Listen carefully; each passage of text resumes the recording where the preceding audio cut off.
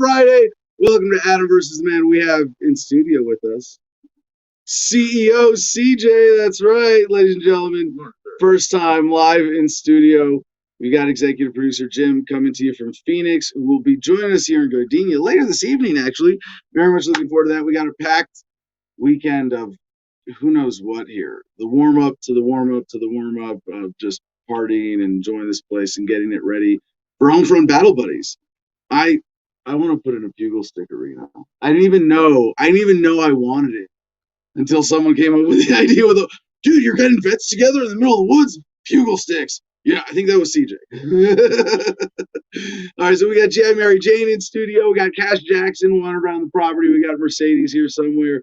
Pat is doing who knows what. The infamous Jeff Lyons of Libertarian Party of Massachusetts activism and many other things is here. He might drop into the studio on camera. Did I get everybody?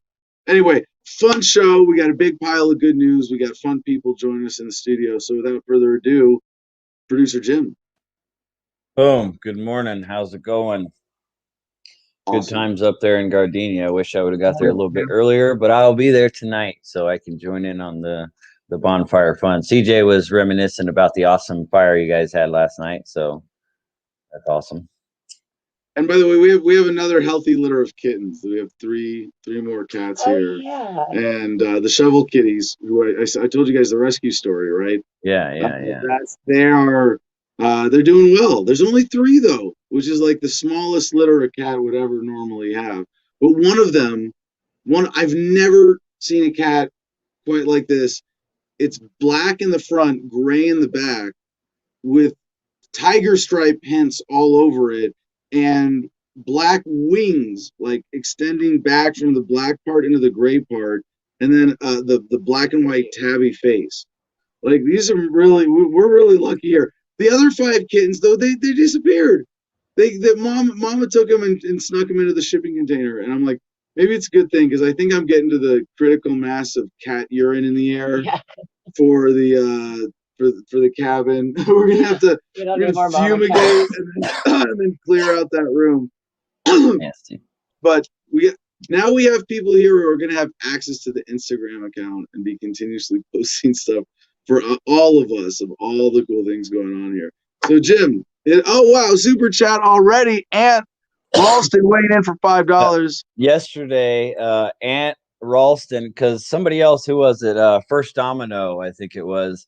They were all talking about starting a super chat war, and that's when First Domino put up the $10. But Ant said, "I get paid tomorrow. Let's have a war tomorrow." So that's what he's meaning. Let the super chat war begin. He's calling First Domino out to challenge him to.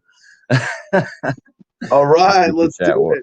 All right, we need to fuel the war. Shouldn't we do top super chat then today? Top super chat is our contest. We'll see if Ant can defend the Producers Club, starting the bidding at $5. Top super chat today. Although Fina is with us as well. Somewhere on her travels, she got to stop by here briefly yesterday. Somewhere on her travels around the United States, the mainland, as they call it in Hawaii. Lower 48. The lower 48.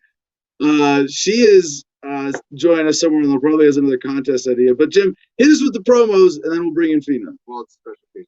Okay, perfect. Sounds good. Well, you can join us and check out all the links. In case we don't get to all the links today, you can still see what the links were at adamversusman.com, at the public Telegram channel that we have, t.me/Adam versus the man. You can also get the links in the private Producers Club chats that you can get access to from adamversustheman.com. Oh, I had smoke weed every day pulled up by mistake. Wrong page. Yeah, I know. Go visit.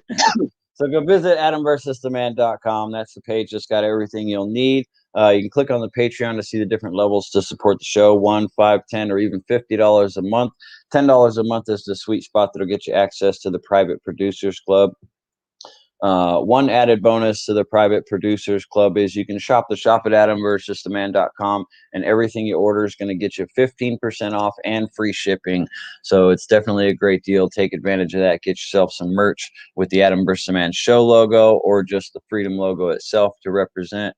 After that, you can visit the Cigar Federation. There's a link for it right on the AdamVersusTheMan.com website.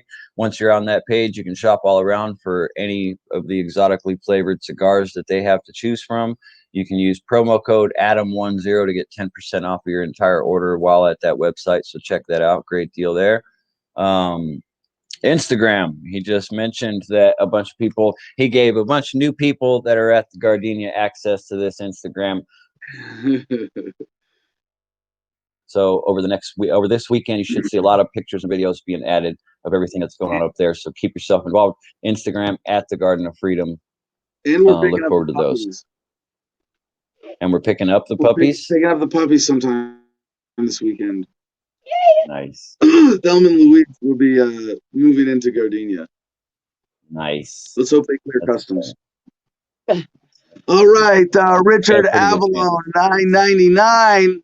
Thank you so much for weighing in, sir. Oh, there's $10.01. $1, Bob. So visit the crypto. I say this, but as a caveat, Richard Avalon is still the leader, because if a non-Producers Club member ups Anthony, then Anthony's one up doesn't. Am I making sense? Does the non-Producers Club member still get in? Producers Club. If Ant is in the lead, then nobody wins. The Producers Club has defended its exclusivity today, if that is the case. But let's go to FIDA then. And two more things I got to mention. Crypto.com. We forgot to mention them. That's a website that you can go to help the guys that got raided with the Bitcoin Church, and GoGreenEnergyOnline.com. It's an important website that we've been promoting every day because it's there for educational purposes to get everybody educated on solar power, micro wind power, zero energy homes, anything you want, anything you need to know to do it yourself and get yourself self-sustaining and off grid. So visit GoGreenEnergyOnline.com. There you go. I'm done. Awesome. Thank you so much, Jim. Fina, are you with us this morning? What are you smoking? Good morning, everyone. Yes, I am here. I am close. I'm close to Gardenia. I showed up to Gardenia yesterday. It was nice. I came, I checked it out. You smoking my weed? That's fine. I don't know. Someone is in the studio bong. Someone left this beautiful orange pipe full of weed. I guess I should be using the official. It's okay. Should be using the official studio bong. It looks like it. There we go.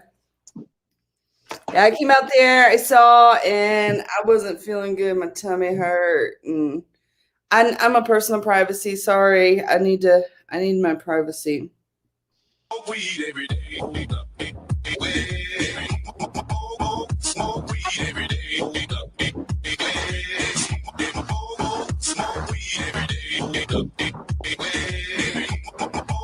Smoke weed every day.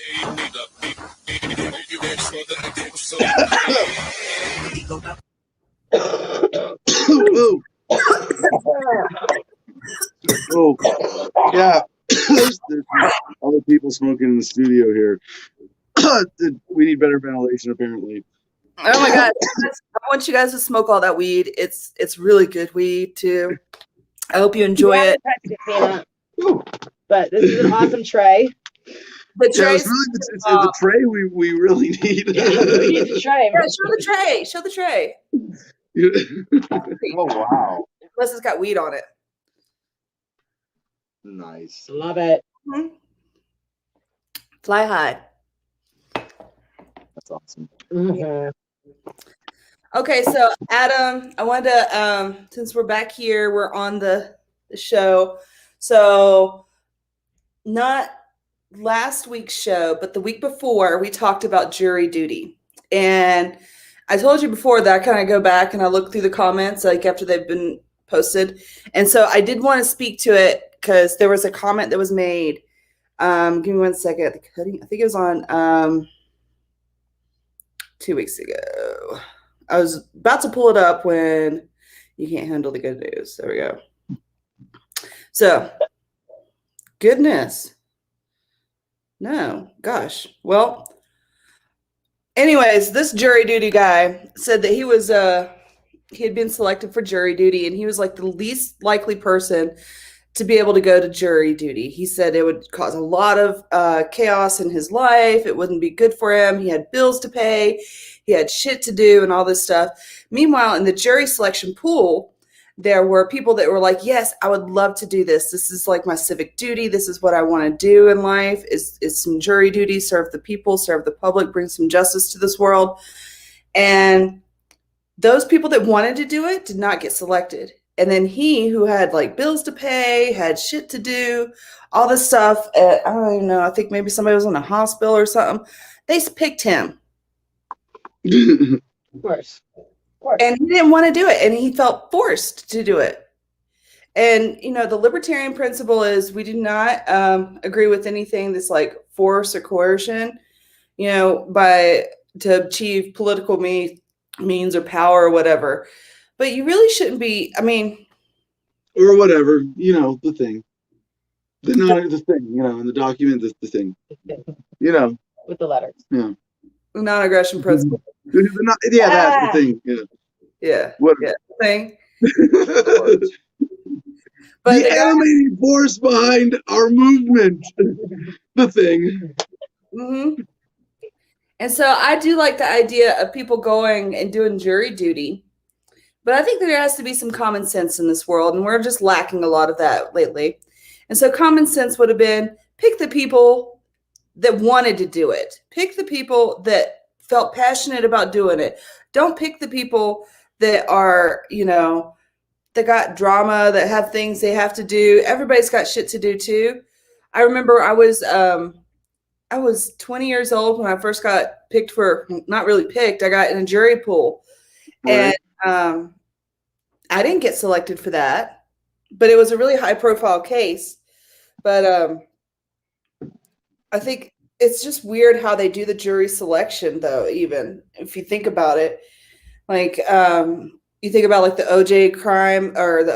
OJ Simpson trial, where they would just turn over jurors. And that's what, like, for me, that was the first time I saw the process, the legal process and court proceedings and trials and jurors and how they're selected and everything. And then when I was, like I said, when I was 20 years old and I got in a pool, the trial, if I'd been selected, was going to be against a 20-year-old guy who broke into a house and murdered an old lady. And I think one of the reasons why I didn't get selected is because, you know, my brother is in jail and he's young and got in serving life in prison. So now you would be biased from that? Well, because this was the question they asked me. I didn't get asked a lot of questions. I got asked this one question that was important, and that is, would I have a problem sending I think the guy actually was like maybe 19 at the time of the trial. It might not have even been 20. Would I have a problem sending a 19-year-old to the death penalty? Hell yes, I would. Of course. Of course I would have a problem with that. Would they? So did they ask a separate question? Are you for or against the death penalty in general? I don't think they asked if it was, you know, I remember it being specifically, well, and it may have been like a trail of questions. This is like more than 10 years ago, Adam. I'm not going to give away my age, but I'm just saying it's more than 10 years ago. But I just remember, it's the jury selection process. I don't really know that much about it. I wish I did know more about it. And, I wish more people would become jurors, and that's all I can do as a libertarian is just wish, and that's the point I'm trying to make. Well, I can't coerce, but I can. What you're getting at is the very important principle of jury nullification, and everybody. I mean, I don't want to say like unless you're taking care of grandma at home every day and have tons of kids dependent on you and really mess up your life. You should try to be a juror every chance you get. I got in a jury selection pool once, like when I was in college, early 20s, and didn't get selected. And I was just like, whatever, pain in the ass, kind of fun thing. But if you see government properly, like this machine that is the product, the manifestation, the institution that is all of our desires to control and dominate other people through coercion and through bullying and through authority. It's a machine. You can press the buttons, pull the levers. At least sometimes the machine will jump out and smack you and kill you. Like, it's a big, dangerous, ugly, disgusting machine. But if you know how to interact with it properly, you can operate it to your benefit. And to see it as that, if you go and so this is with jury nullification, a very important idea, because the concept is, don't tell them anything that would disqualify you as a juror if you can, and maintain your whatever sense of integrity, in this process that's obviously very corrupt, because it's an opportunity on a jury to just vote no for not guilty for any victimless crime that the state is attempting to take to jury trial. And it's, in terms of like wanting to be like, I don't get the opportunity more because I'm a felon. I can't register to vote. Although I guess in California, where I am registered to vote, I might be called for jury duty in there. It's like, no, I'm not going to try to pull that off. But yeah, you should want to be a juror because it's an opportunity to save someone from the viciousness of the state potentially. And it's really fucked up that this is actually kind of a legitimate market concept if you break it down and think about, in a free society, maybe pre-technology, and if there was a justice services or a community court kind of thing, and someone said, I'm prosecuting or I'm bringing charges, I want this person punished, isolated, they're guilty, let's have the due process, let's go through it. How do we get consent from the community? You have a jury of peers from the community. And so that's sort of a legitimate natural law concept that government has screwed up very badly, but that's how it operates. That's the function that it serves. And in today's world, it's, well, no, if it's important, we do a jury trial and we make sure that, your peers consented to you getting the death penalty or locked up for life or whatever it is. And one of the ways they fuck it up so bad that you point out there, Fina, is that they skew towards people who are enthusiastic about the punishment paradigm. Mhm. If you say I couldn't vote for the death penalty for a 19-year-old, they don't say, well, are you against the death penalty because you don't trust government prosecutors? Well, guess what? People who don't trust government prosecutors, you're out of the jury pool. And that's why they get away with heinous shit. And it's especially true with cops and police civilian interaction disputes. When police go to a jury trial, the government prosecutor or the government defendants or defense attorneys for the cops will do everything they can to make sure they have a pro-cop jury. And if you can be in that, I hate to say sneak in, but be a part of that process and say, no, I'm not going to charge this person guilty because I think the cop is lying, or to hold the cops accountable sometimes isn't. Well, what's the matter, Joe? I'm overwhelmed by this. You're right. No, but think about this. Like, you could save a life by serving on a jury and influencing the outcome in a very corrupt process that is, the George Floyd outcome. I mean, connecting it to current events to that. Mhm. That was a rare thing. That was a positive turning point. Imagine if they had one super pro cop juror who could have spoiled it the other way and said, no, not guilty. I'm not. They had to have an unanimous vote, and that jury process, the jury deliberation, is one that every individual gets to influence on that jury and be a part of that conversation. And imagine you being on a jury as a libertarian or someone who's just compassionate. You might be the one there to convince a jury to convict a cop who shouldn't be on the streets and save the lives of people they might kill in the future. I mean, it's a pretty important function, even under this corrupt regime and this legal machine that we live with. But anyway, enough serious shit, Fina. Let's get to some good news and stuff. Jim, welcome Fina to the show properly, will you please? Aloha.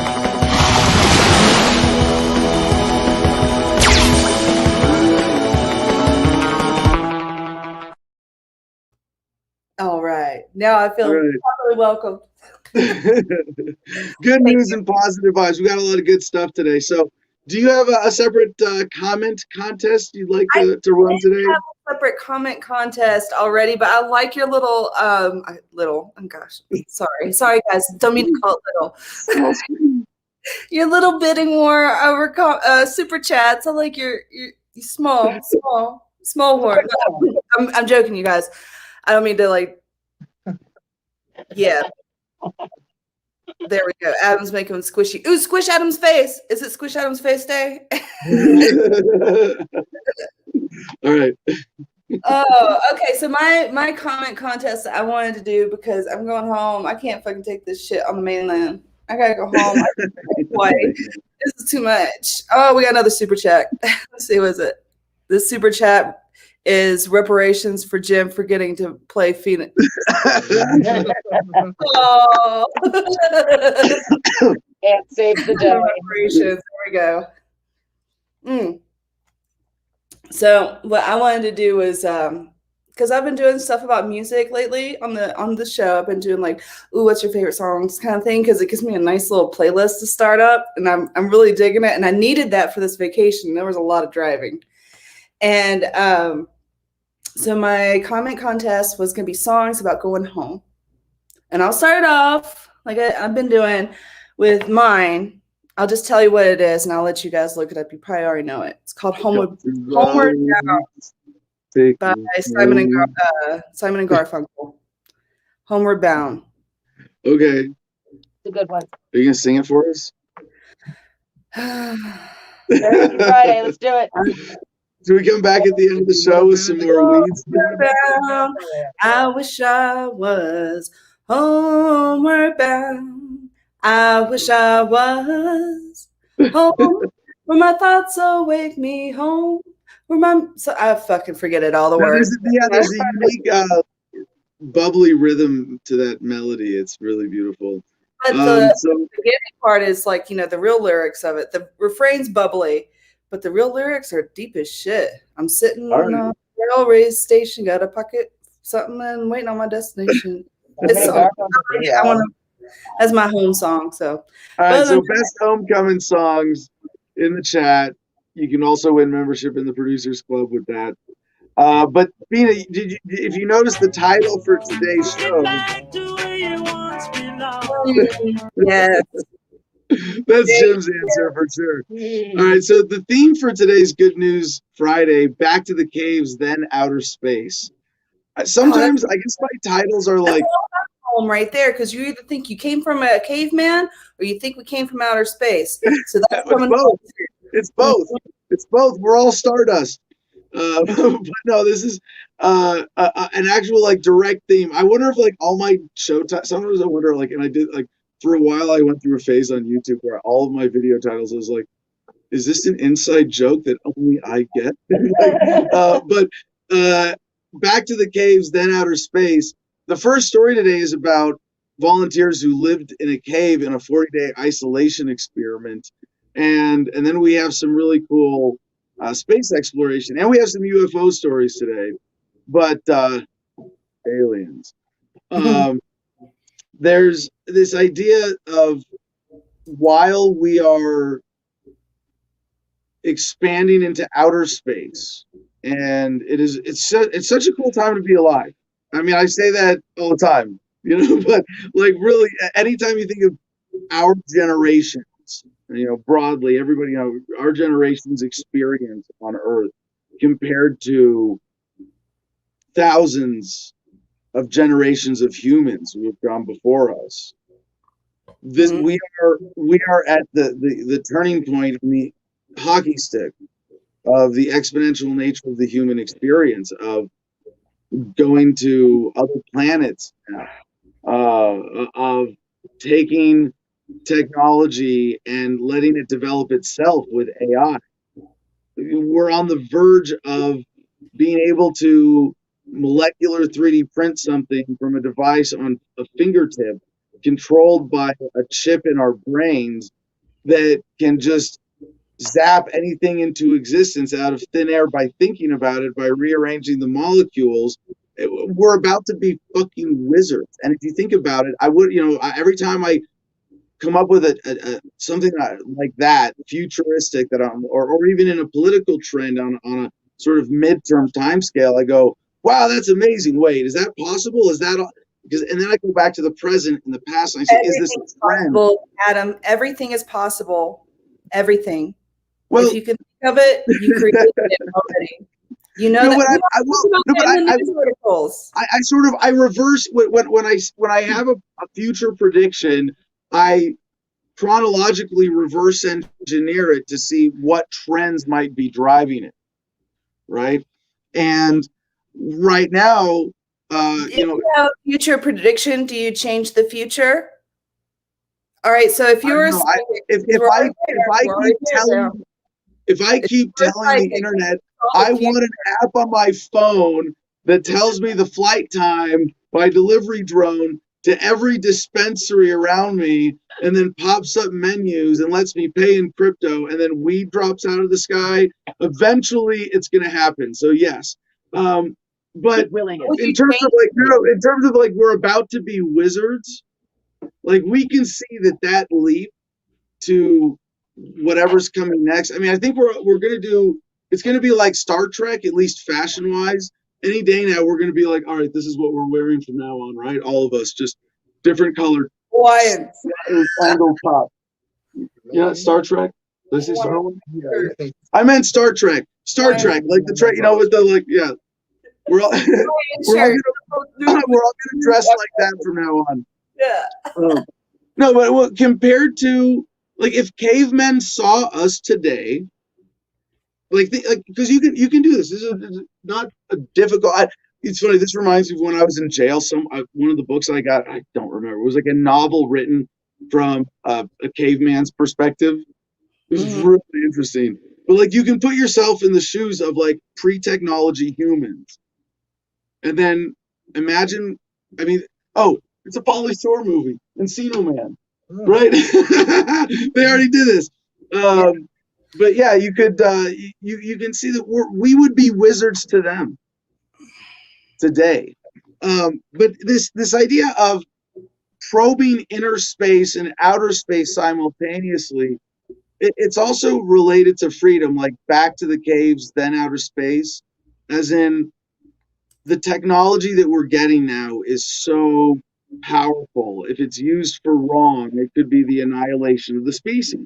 And with that's been true since nuclear weapons existed, essentially, right? But now, I mean, the numbers. CJ, do you know how many times could we like blow up the Earth with the nukes in existence? It's ridiculous. I mean, you could, the number of nukes. I mean, fact check me on this, but if I remember correctly, it's something like the number of nukes owned by governments. What? Said somebody in the chat fact check him. Yeah, right. They could blanket the Earth several times with nuclear blasts, essentially, right? Is that? I mean, it's superfluous. It's like it's an absurd amount of nuclear weapons, and those have pretty good controls on them in the sense that like they're not going to go off by accident. Although governments having the controls is pretty worrisome. According to Gizmodo.com, as you can see, we need 123 times the amount of nukes available today. 10,227 nukes versus 1,241,166 nukes needed to completely disintegrate every single one of us in a millisecond. So we don't have enough. You need to cover the Earth. 1.24 million nukes to disintegrate. And how many are there? That one. What did it say? How many in existence?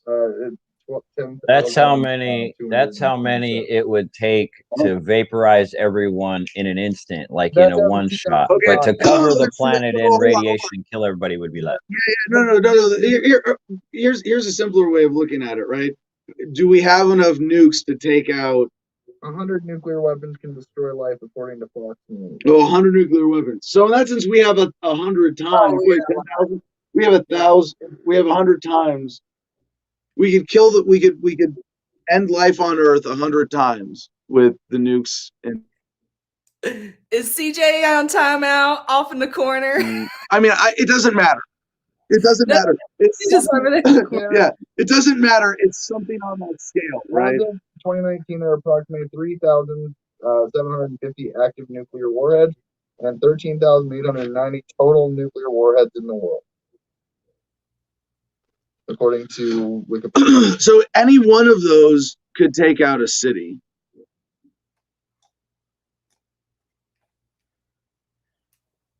right?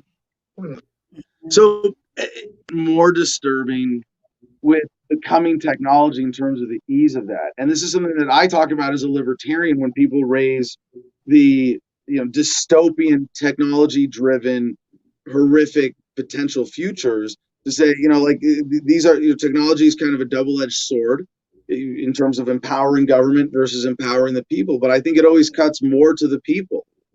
And the technology distributes faster and more thoroughly. Like, how long did it take to go from telephones to flip phones, and then from flip phones to smartphones, like overnight by comparison. And this feature, this fundamentally built-in feature of technology, means that it's accelerating right now. And before we get to the point where everybody is just wizards by today's standards, it's like we have to get government in check. Because if right now the technology might mean that the pain and suffering inflicted by government is empowered, and I still think that's going down over time. But if anything, the acceleration of technology should just give us that much more incentive to say, hey, let's get rid of government as a coercive criminal enterprise, at least, before we really get to Mars. And Elon Musk has talked about this, to say, look, when we get to Mars, crypto is going to be the currency, and we're going to have a new system of governance, and people will be starting from scratch. Prophesizing the new world order right now? Are you prophesizing right now? That's pretty good. The new world order? Yeah, Well, we're all one cryptocurrency. We're going to be on Mars. Like, I feel like I've heard that when I was a kid or something. Like, well, yeah, right. Yeah, Jetsons. Shouldn't we all have flying cars by now? Where's my fucking flying car? Yes. Where's my driving? No, Can but I my related prophecy is actually decentralization, localization, and a flourishing of micronations and new projects. Like, Elon Musk goes to Mars and says, no, U.S. government has no authority here. We are no longer in anybody's jurisdiction. We are creating a new sovereign. And like, what better way to declare your independence in the modern era than from Mars, to say, screw you, governments. You don't have any power here.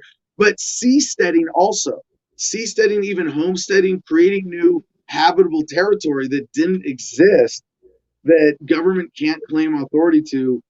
Right now, seasteading is hugely logistically burdensome, right? I don't mean that it's like impossible or difficult. It just requires a lot of resources to go set up a big floating or anchored barge in the ocean. But what happens when we're at that next level of technological development? You can snap your fingers and that thing is very cheap, and you launch it from a pier, and there's a company just selling it. That could be around the corner. And I was talking to my husband last night when I got to a hotel, and your place reminds me of a seastead, except the complete opposite. It's a sea of dirt and stuff. The landstead. I was telling him about, I was like, it's like the ocean. You know how, like, when you're out in the ocean and all you look out and it's all flat and all you see is like water? It's that, but there's trees.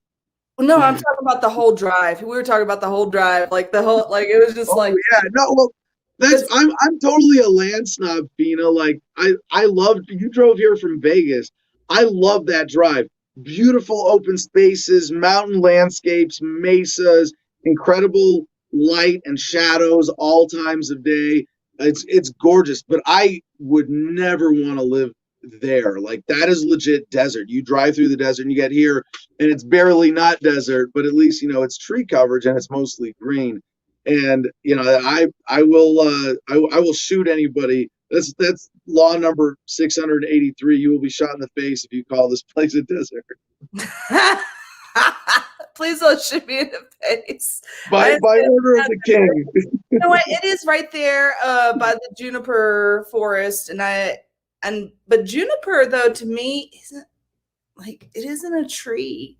It's a bush. It's a big dry bush to you by Hawaiian standards. Well, not just Hawaii standards, by North Carolina standards, by California standards, by like big tree standards, like big trees. I love my junipers. No, nice today. We're talking about big, little, big trees. Well, we need to get water here. We got bigger trees. You didn't get to solve the mystery of the survivor trees of Gardenia. But we have two subspecies of juniper here, Rocky Mountain in Utah, and the Rocky Mountain junipers are kind of boring. They're like, conical, sort of cylindrical shaped round bushes. But the Utah ones are the ones that you see like in the dramatic pictures in Utah against rock faces where they have these really cool bonsai looking trunks, and we have a bunch of those here. They live 350 to 700 years, and most of them here are not that old. This is a forest in development, and so Yeah. to be able to get water and just water all the trees on this 10 acres and see what happens, I'm really excited about that. So, but yeah, no, it doesn't compare. I get it because I did, I've done like the jungle tours in Hawaii, and it's something else. And yeah, it's not like that here. Yeah, it's not like that. But it was cool. I love being out to sea, and the sea ain't for everybody. The sea is not for everybody. But I love that idea of the what did you call it? Seasteading. Seasteading. Yeah, it's not my. I mean, it's there's the Seasteading Institute. It's something that was it Patry Friedman. I think it's Milton Friedman's son. Some relation is one of the activists involved with that. I think he's the chair or executive director or something. But yeah, the Seasteading Institute, you can Google that, and really cool exploration of the concepts and people who are experimenting in that realm. But is it seasteading on a boat? Are they just like living on a boat out in the ocean, or are they trying to like be stationary in one spot in the ocean? Because that's where I would draw the line. If it was a boat, it's one thing, I could live like that. But if it was like they're trying to like be one spot, oh no. It's both, and it's because figuring out it's cool. Port visits are cool, but like well, so there are like floating barge sea-based cities that they want to do that can be fully self-sustaining. If you're thinking about living on a conventional boat, which is awesome, but the answer to your question is it's all of that. Seasteading is just deliberately living on the water, I think, in any capacity. I think that's generally how the term is used. But yeah, water world. But if you're on a boat that doesn't have dirt, like Water World, right, where they're fighting over soil and seeds, then you got to have port calls, or you got to be able to have a bigger barge or visit something, or if you say we'll live on a boat, if you're going to live on a boat, well, why not make it a huge boat? And at what point are you blurring the lines?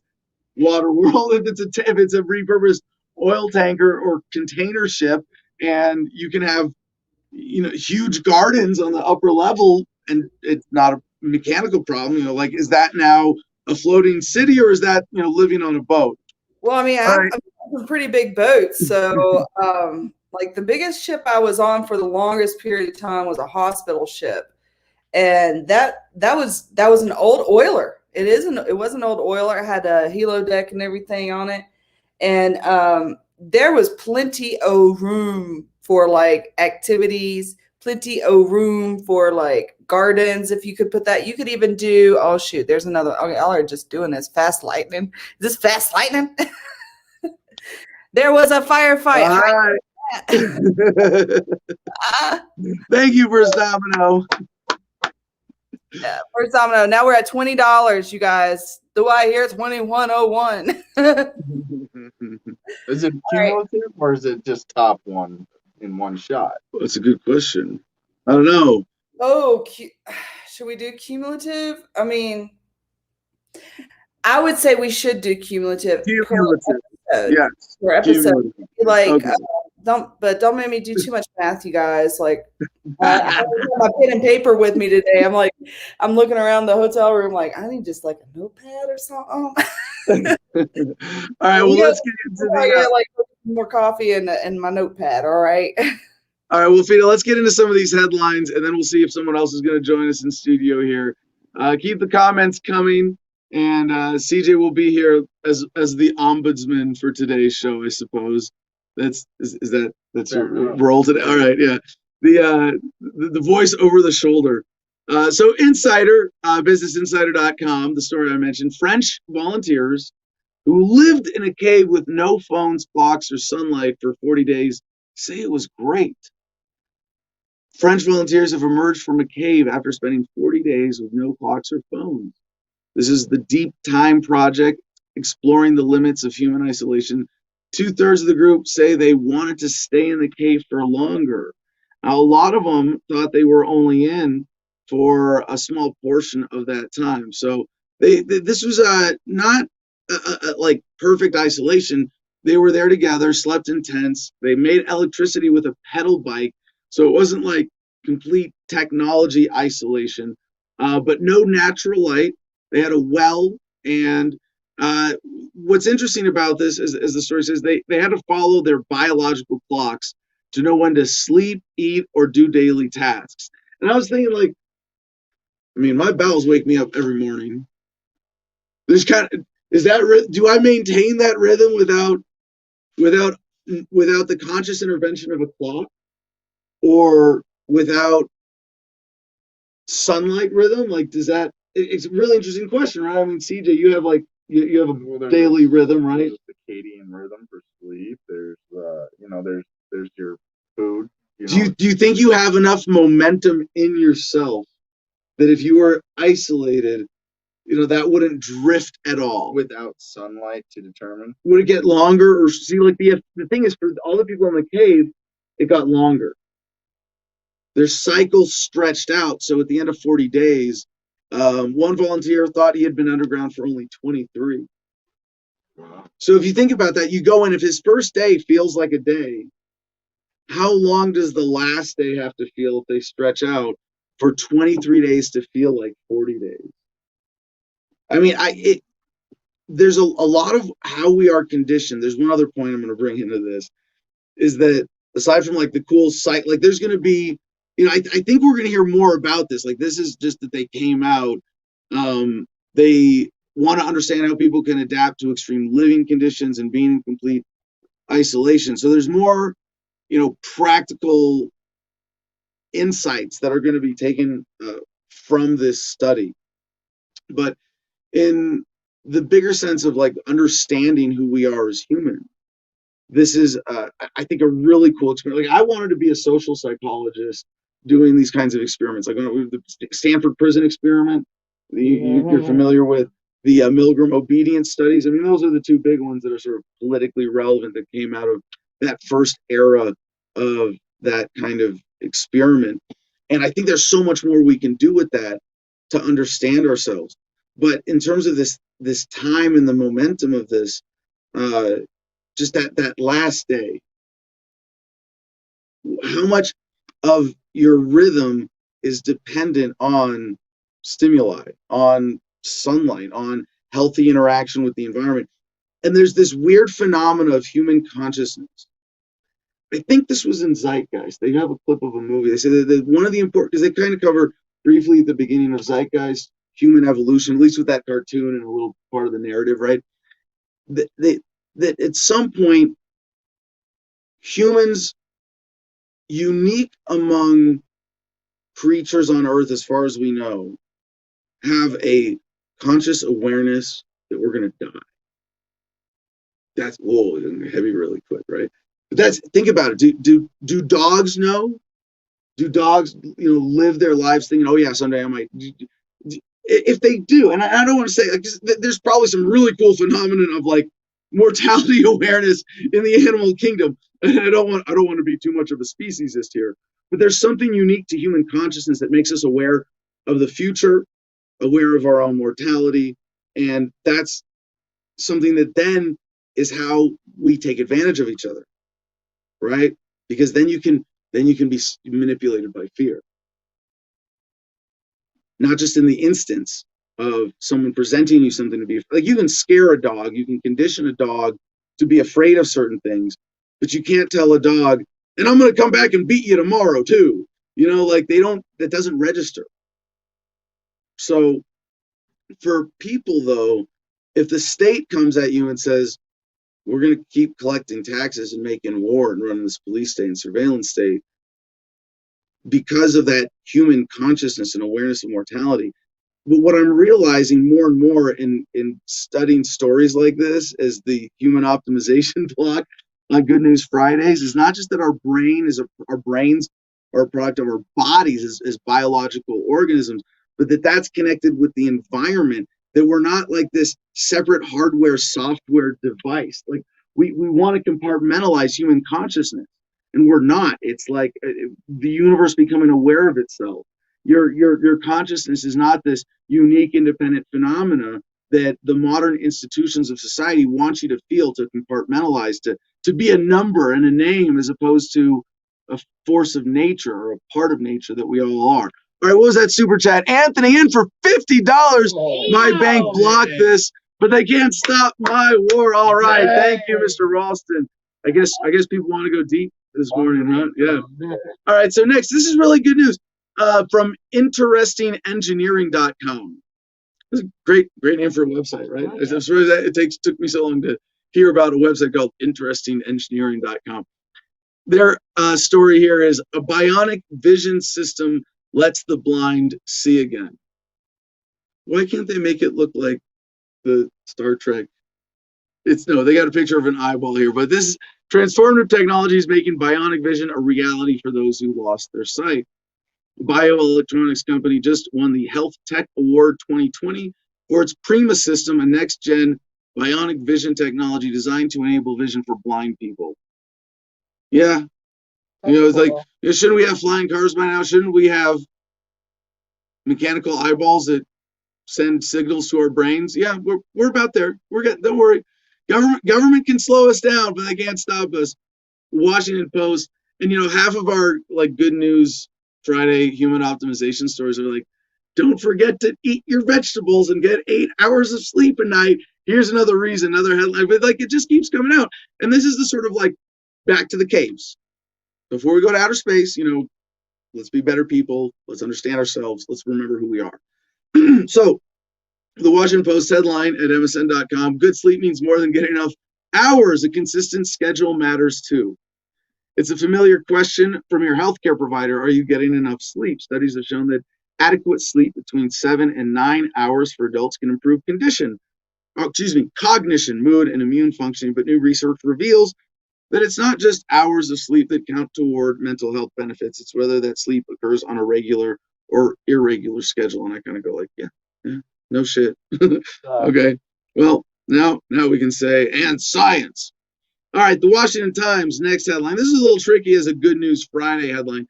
Cops under siege with rising waves of violence. So a compassionate person says, no violence is ever a good thing for humanity. And the less, the better. And an insensitive person who hates cops might look at this and go, yeah, fuck the police. I'm glad they're getting what's coming to them. And I wish that none of this was happening at all. And I wish that this wasn't a fight where someone who is compassionate, like I am, and understands what's going on and sees this in the bigger picture, you don't want to celebrate someone getting punched in the nose, but if they're bullying somebody else and they get punched in the nose by their victim and they have to back off, I'm going to cheer for that.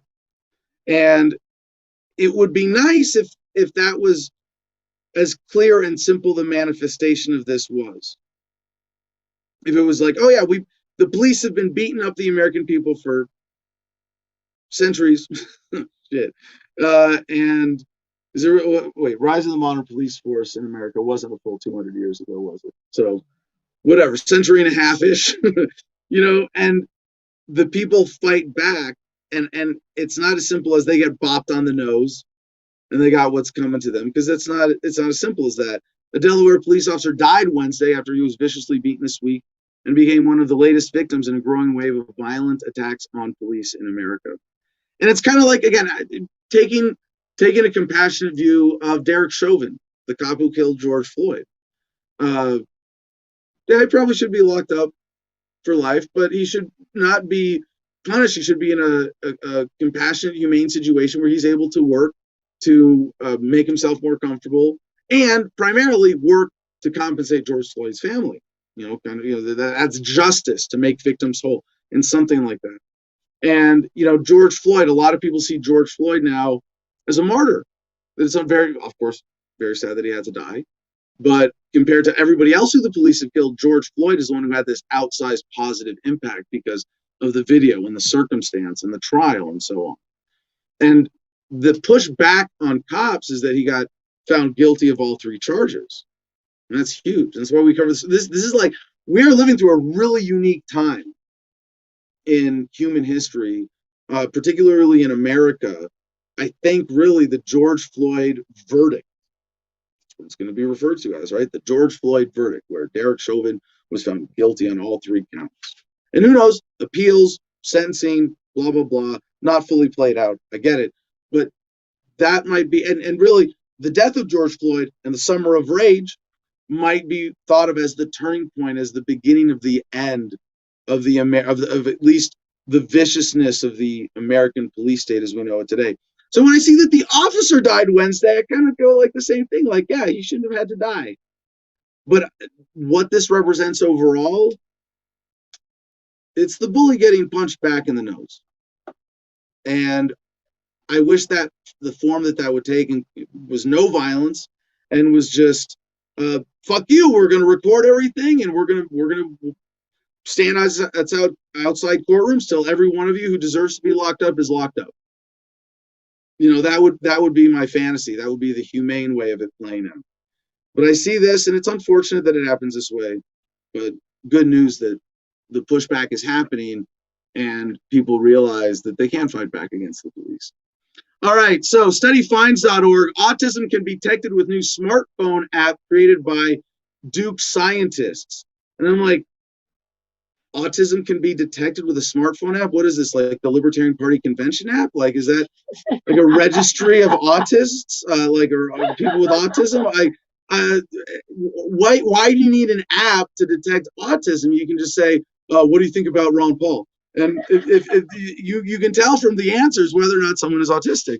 But no, this is for children. And this is actually really cool tech development. Scientists have developed a new app which can detect autism using just a mobile phone. The app uses short films and gaze detection technology to pick up on whether children look more at objects or human characters, a telltale sign of the condition.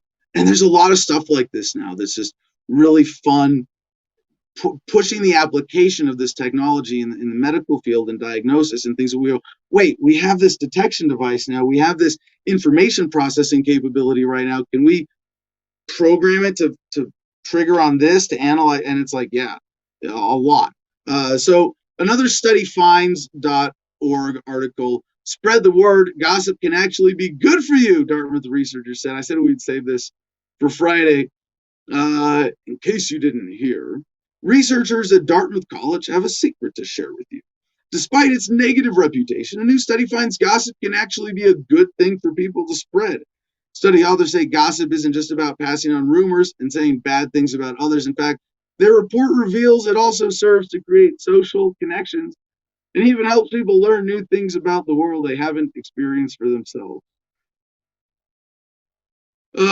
Testing the human compulsion to talk about other people. I don't know. I feel like I've sort of trained to sort of be above the gossip because I've thought of it as a negative thing, but it's sort of like you need to parse out, and this study doesn't quite get there, what's good gossip and what's bad gossip.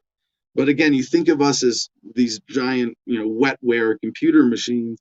This is why this understanding of how this thing works is a convergence of observation of behavior under stimuli and the examination of the organ itself from the molecular level up. And it's kind of converging, but you get a better sense, again, back to the caves. How does this thing work? And when you think about good gossip and the development of social communities over the millennia, well, our brains are programmed to live in human communities that network this way, and gossip's part of it. The story ends bonding over good gossip in a typical public goods game. Researchers say players usually contribute less over time eventually unraveling the network of people. So this is a game theory analysis. In the new study, however, there was less decline in cooperation when players could privately chat with each other. Overall communication increased collective cooperation. Study authors find baseless trash talk is not the sole purpose of gossip. It can also create a shared reality where friends and colleagues build social bonds, exchange information, and reach agreements on socially acceptable behavior. Now to the teeth. I don't know, weird random story. Someone put this in the Producers Club, but I was like, turn. yeah, the first complete single cell atlas of human teeth. We're still in the human optimization block, obviously. I didn't know where else to put this one, but yeah, this is really cool because it's also I mean, there's so many. You can't have a human optimization story. Well, I guess you can. This is really interesting. You see, there's some human optimization stories that are like the social science, social psychology experiment understanding that don't involve any technology. Really, notepads and pencils would do it, and then you observe people going through certain behaviors and conditions in controlled settings, right? And then some of them are like, yeah, and we're putting chips in our brains now. But this one is more like that. The research shows that the composition of human dental pump and periodontium varies greatly. Do we have a dentist in the Producers Club? Anyway, I was known as a yuck mouth in boot camp because I had cavities. I don't know if you were.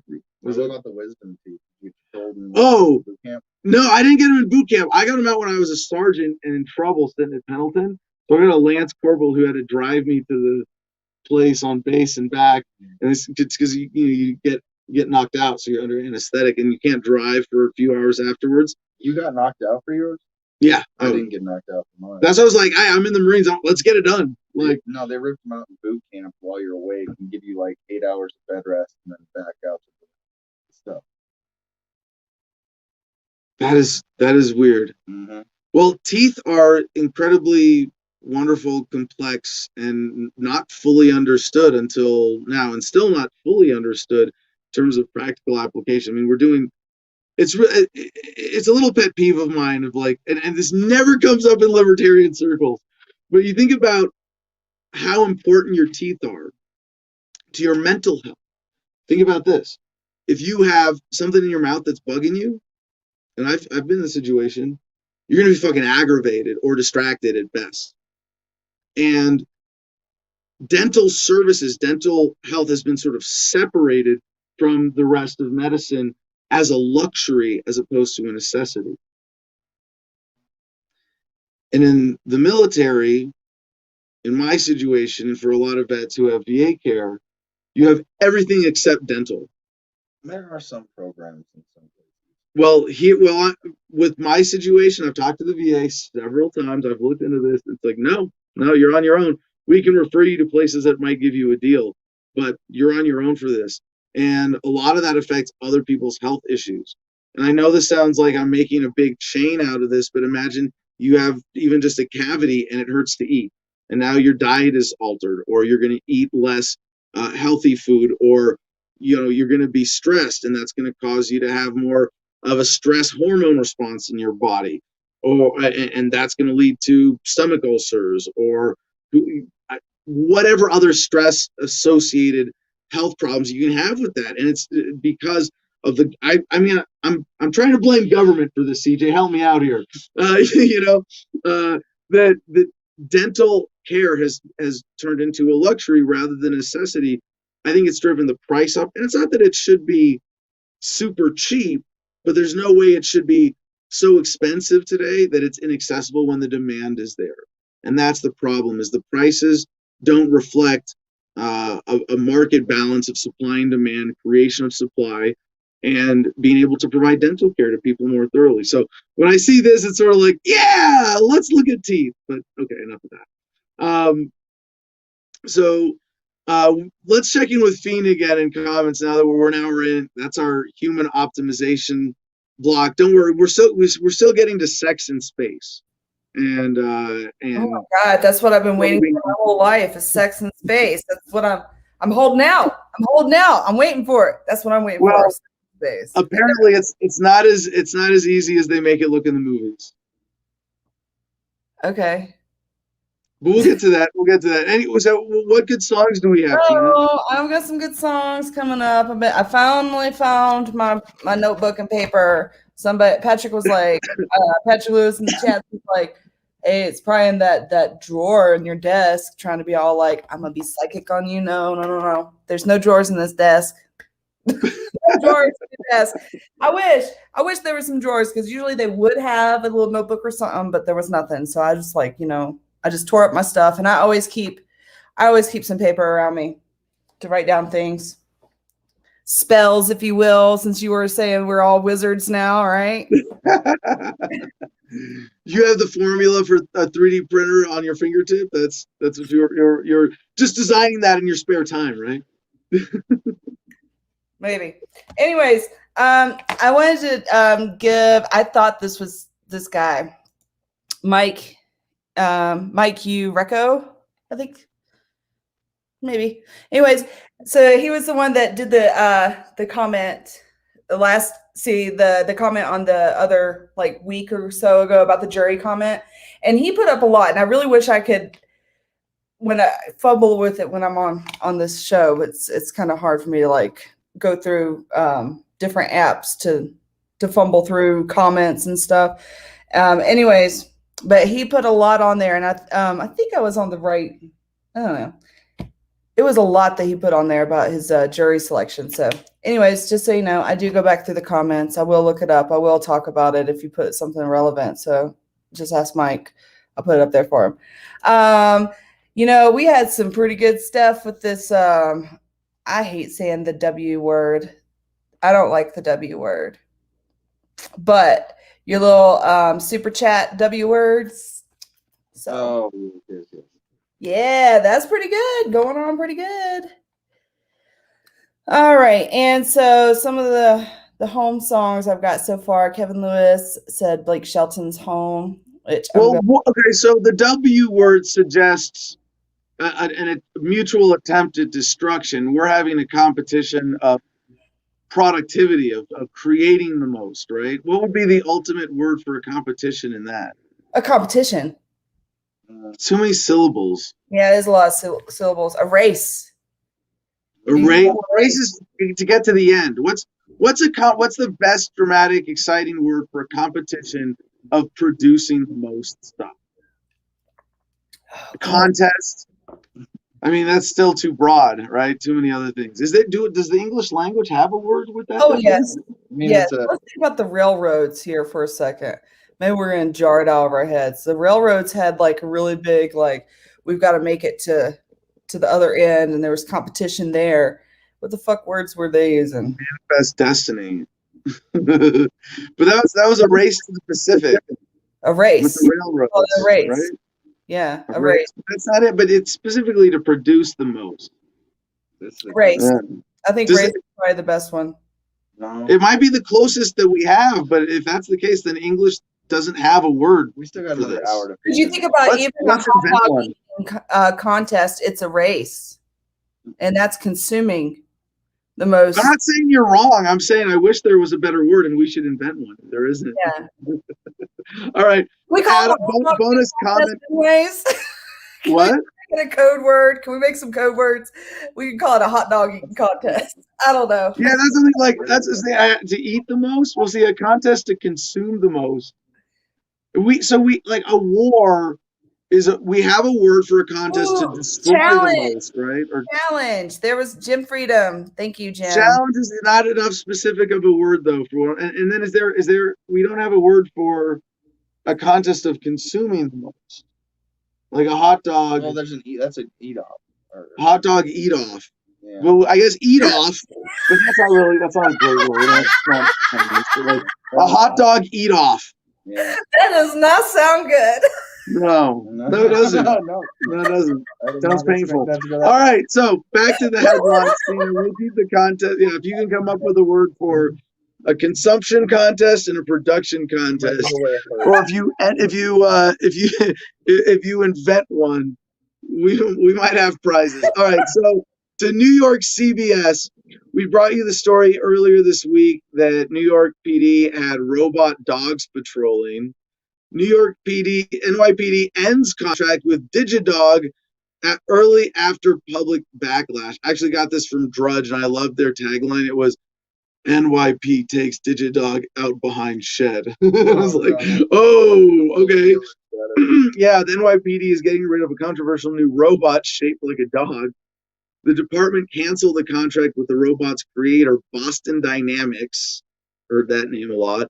On April 22, 4 months before it was set to expire, police used the Digidog to approach potentially dangerous situations and assess scenes before sending in officers. An NYPD official reportedly told the New York Times criticism from the public about the robot representing over-militarization and how low-income communities are policed led the department to end its contract early.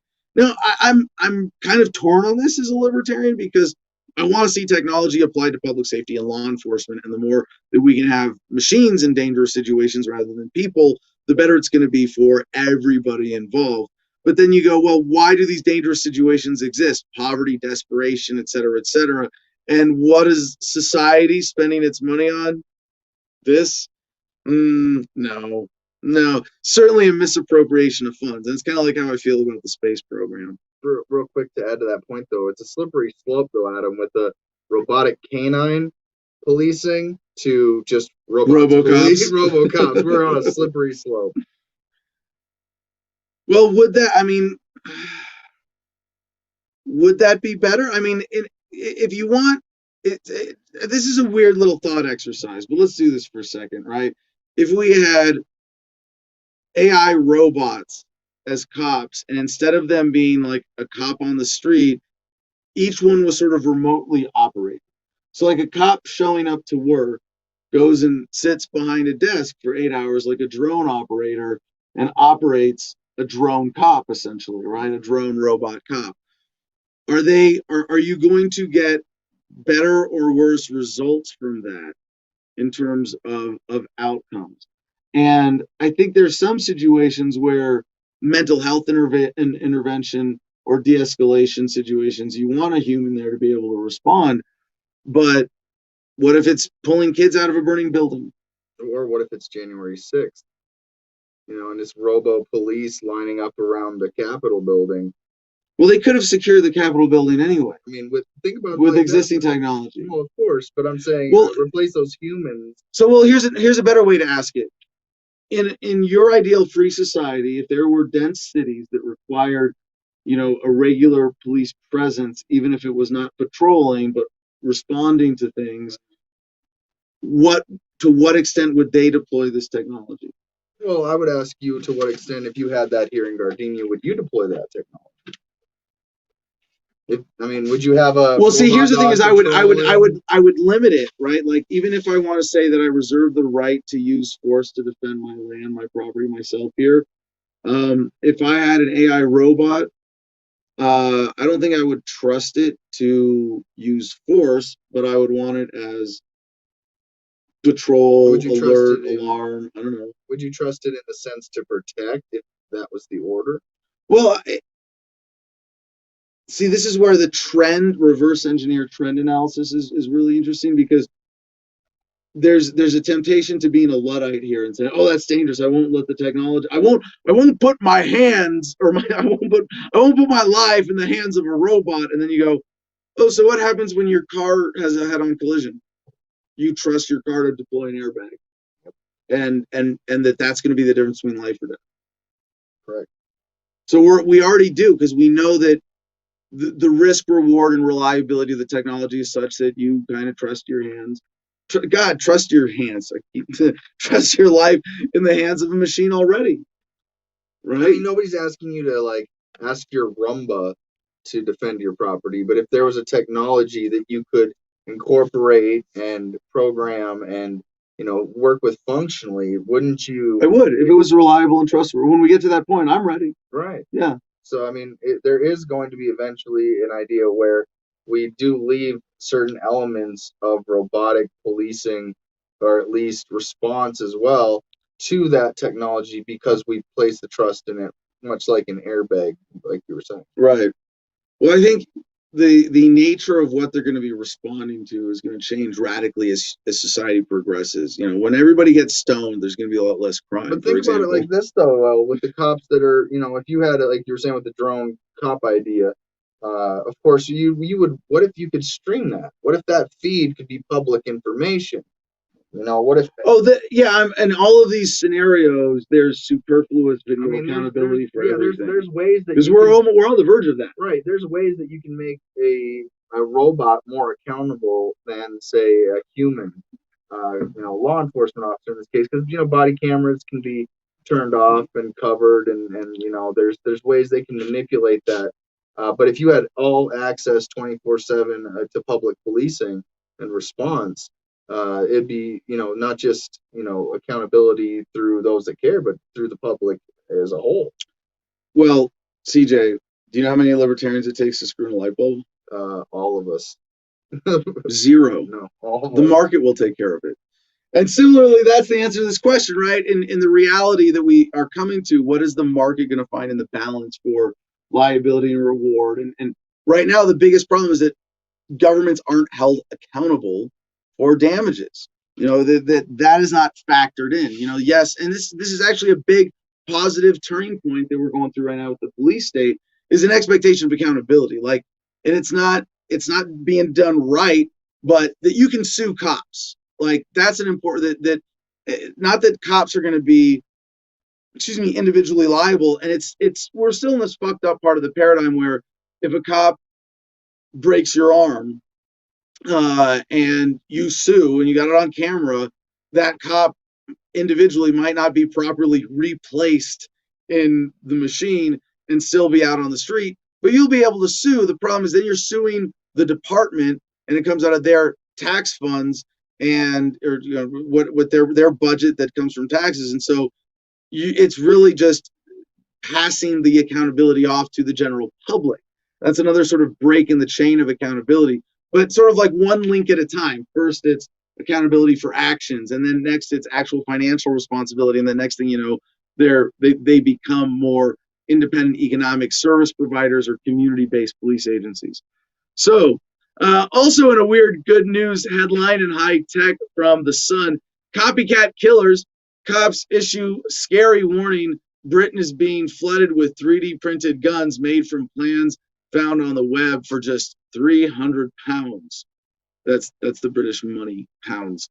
Criminals are flooding British streets with 3D printed guns in an unprecedented security threat, the Sun investigation has found. Wait, prohibition doesn't work? Shocking, right?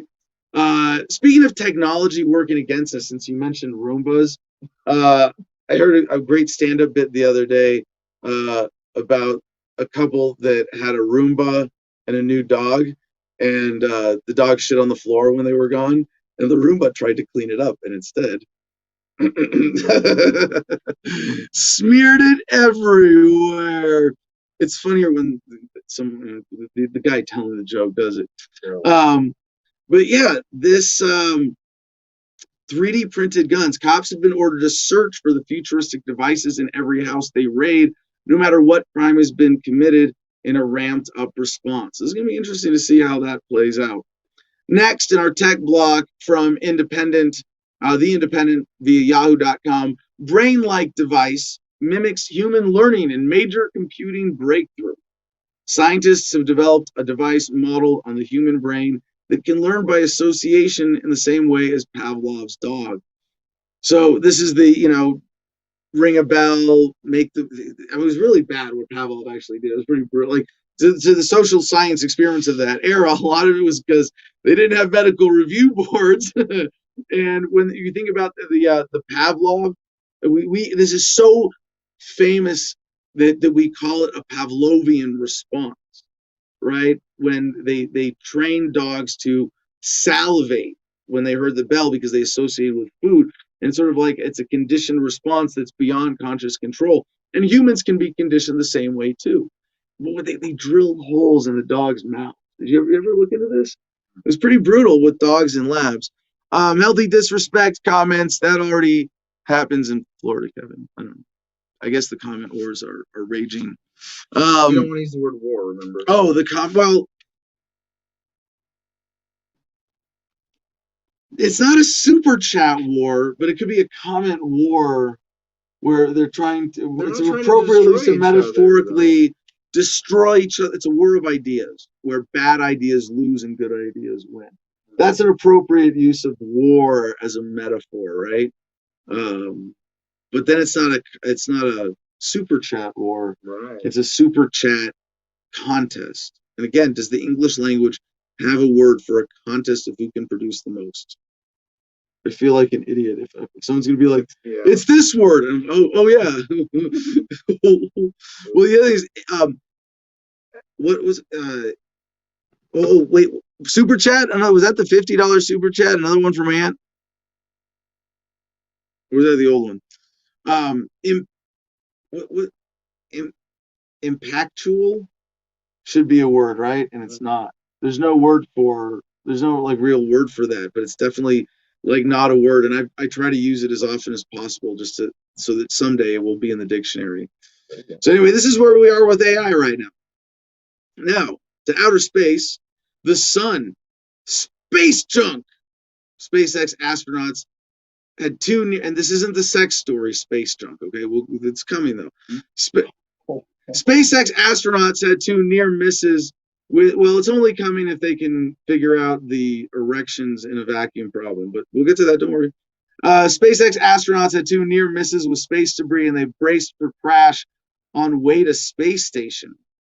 Dramatic footage shows the terrifying moment. A UFO narrowly misses the SpaceX rocket on its way to the space station just hours before astronauts on board were told to brace for a crash in a second near miss. This is just space debris, though.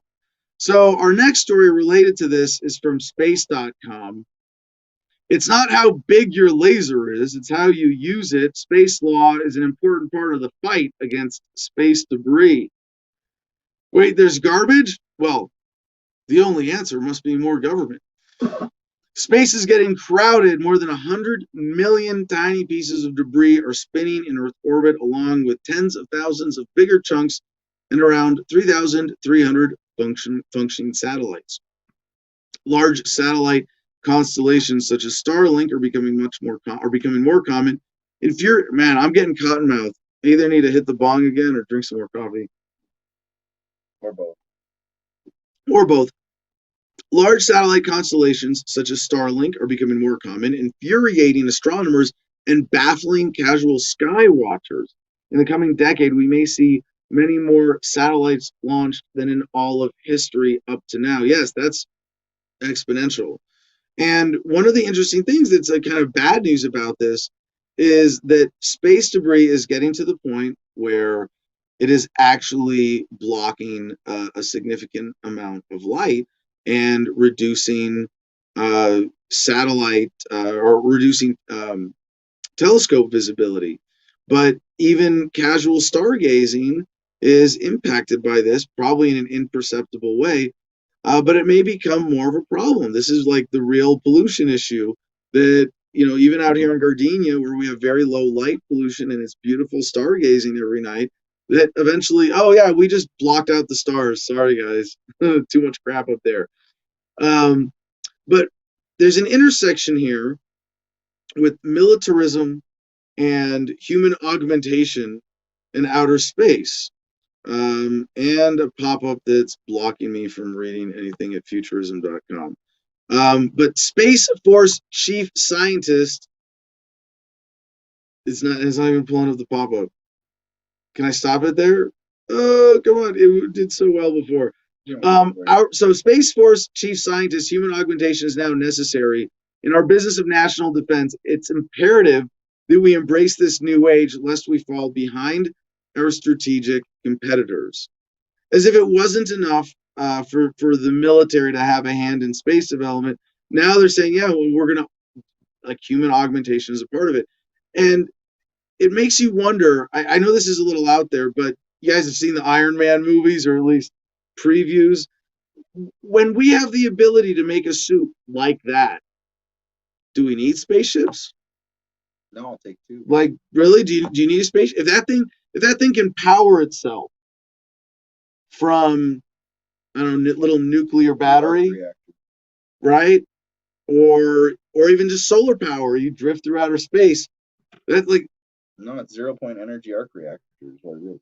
that's what it is in the Iron Man Invented movies. by The Tony Stark invention. Industries, yeah. It's the Stark invention.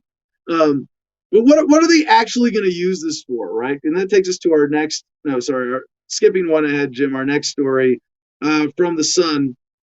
Love the language in the headline here. The Sun. No, I see what you did there. Attempting re-entry. Sex in space will be extremely difficult due to floppy erections and bouncy romps, scientists warn. And when I saw this together with the last story of like soldiers in space, you remember what we covered I think it was last year, that, and this is Cynthia McKinney making fun of the military, that they in the military health budgets for active duty troops, several $1 million on Viagra. What does this mean? Soldiers in space, they're going to figure out how to handle those floppy erections. Don't you worry. Sex in space is possible, though bonking astronauts will have to battle through a low sex drive and erectile dysfunction. But no, it's okay because the military is already budgeting for human augmentation. The $6 million man in space. Yeah, speaking to Russian outlet Sputnik News this week, space researchers discussed the challenges that couples might face on trips to alien worlds. Rompers will have to learn how to connect body parts and weightlessness, as well as fit in time for lovemaking around their busy work schedules. Yeah, but if you have an Iron Man suit and you can just float in space, I'm seeing like rocket propelled sex. Something that's got to be around the corner. Why don't we? It's not why don't we have flying cars by now? It's why don't we have outer space sex suits by now? That's where, because government. That's why we can't have nice things. All right, so another. I guess should we play that? One more in our exploring space block. Astronomers see the silhouette of the spaghettified star. Yeah, from techexplorist.com, also courtesy of our producer club chat. The events at the end of a star's life depend on its mass. Most stars in our universe die of natural causes. They either explode their external shells or cool down because of lack of fuel, or they can go out with a bang in a giant supernova explosion. Sometimes stars get torn into slim filaments by the supermassive black hole. The gravity of the black hole pulls one side of the star so much harder that it rips the star apart. The process is known as spaghettification or tidal disruption event. Once a star undergoes a spaghetti strand, it falls further into the black hole, emitting a short burst of radiation. And I can't wait until I can float around space in my Iron Man suit and watch this happen in real time. Next month, you'll be able to order one on Amazon. From the Star, dailystar.co.uk, ISS cameras film mystery V-shaped UFO soaring past just days after SpaceX encounter. I guess this is just another take with some better photos on the story we mentioned earlier. Good stuff. And if you want to get into any more of this, yeah, aliens. If you want to get into any more of this, links to all of our notes and all the articles we cover at t.me/Adam versus the man. SingularityHub.com with our next headline. A helicopter flew on Mars for the first time. A space physicist explains why that's such a big deal. On Monday of this week, the Ingenuity helicopter, which landed on Mars with the Perseverance rover in February, took off from the Martian surface. More importantly, it hovered for about 30 seconds, 3 meters above the surface, and came right back down again.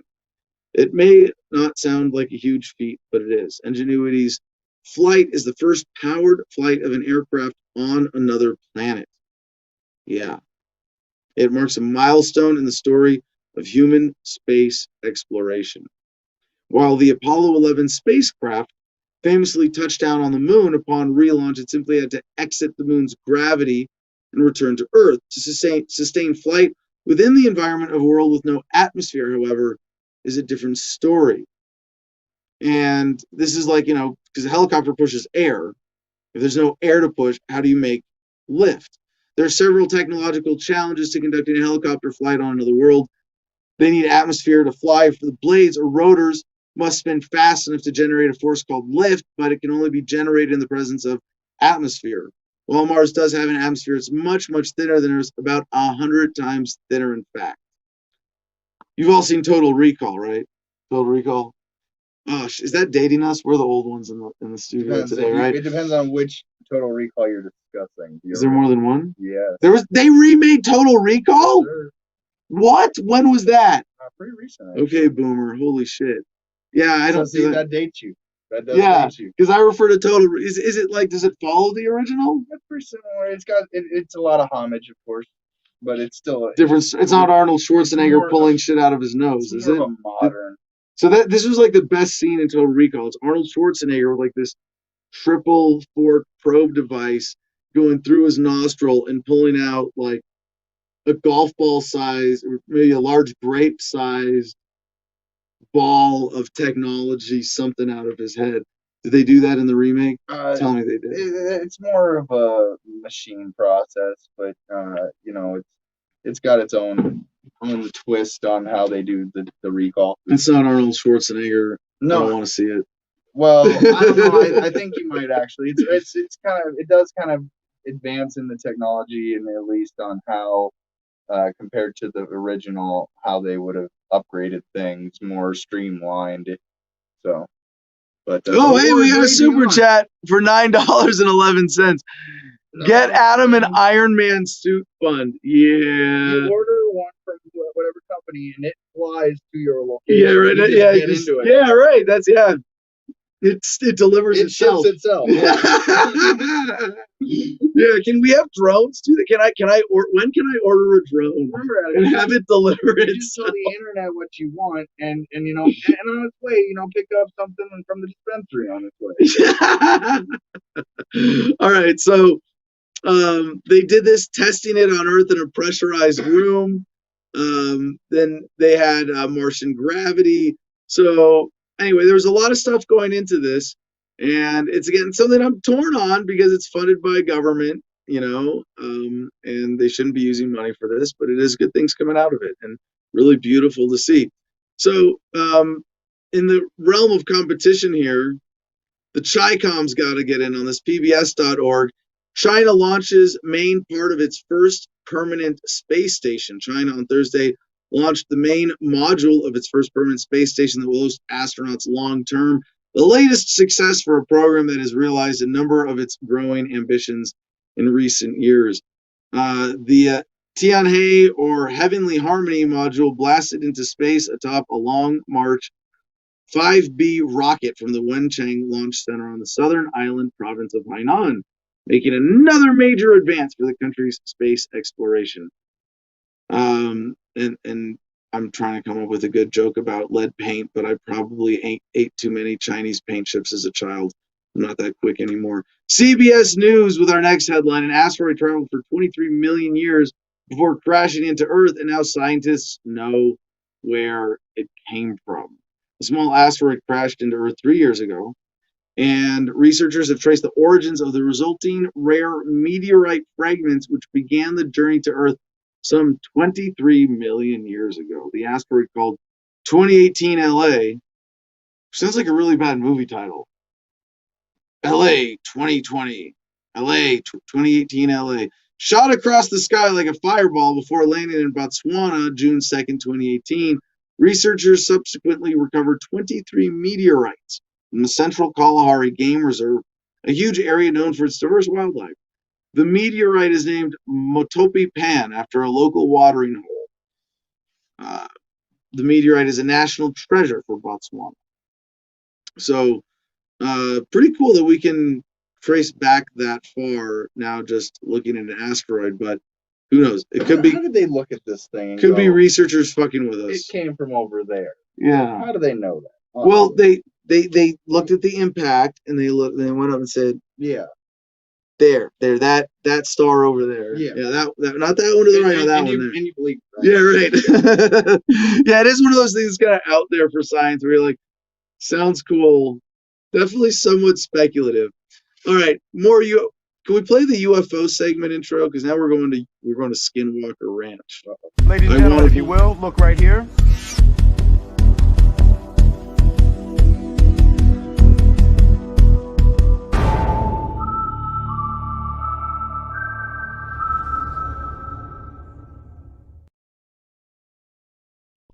I want to believe, but I'm pretty sure it's just government fucking with us. The Sun, world's eeriest place inside Skinwalker Ranch UFO hotspot probed by the Pentagon, where cows are found inside out and the soil is radioactive. Yeah, the isolated spot is at the center of some of America's most baffling mysteries, including horrific cases of cattle mutilation and sightings of bulletproof shape-shifting creatures. Definitely government fucking with us. Scientific research carried out of the sprawling ranch, which covers more than 500 acres of northern Utah, has also revealed unexplained levels of highly dangerous radiation in the soil. Real estate tycoon Brandon Fugel bought the ranch from paranormal enthusiast Robert Bigelow and has since given full access to a research team headed by Dr. Travis Taylor, who has worked for the U.S. Department of Defense and NASA. Like, wait a second. So this was originally bought by or occupied by paranormal enthusiast Robert Bigelow. Paranormal enthusiast buys large ranch. Next thing you know, it's a hotspot of paranormal activity. Just a coincidence, I'm sure. Carl Morgan, I was flirting with this beautiful girl. Then she told me I should watch Adam versus the Man. Now here you have me here doing what a pretty lady told me to do. Well, welcome to the show. That's why we're all here, I'm pretty sure.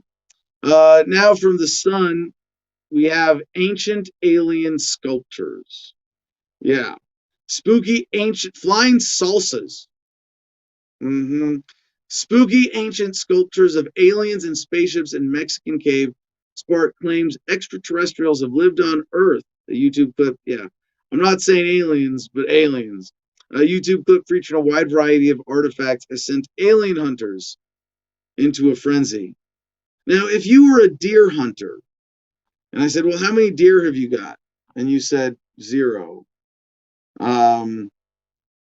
If you were a headhunter and we said, how many heads have you hunted or killed? And you said 0.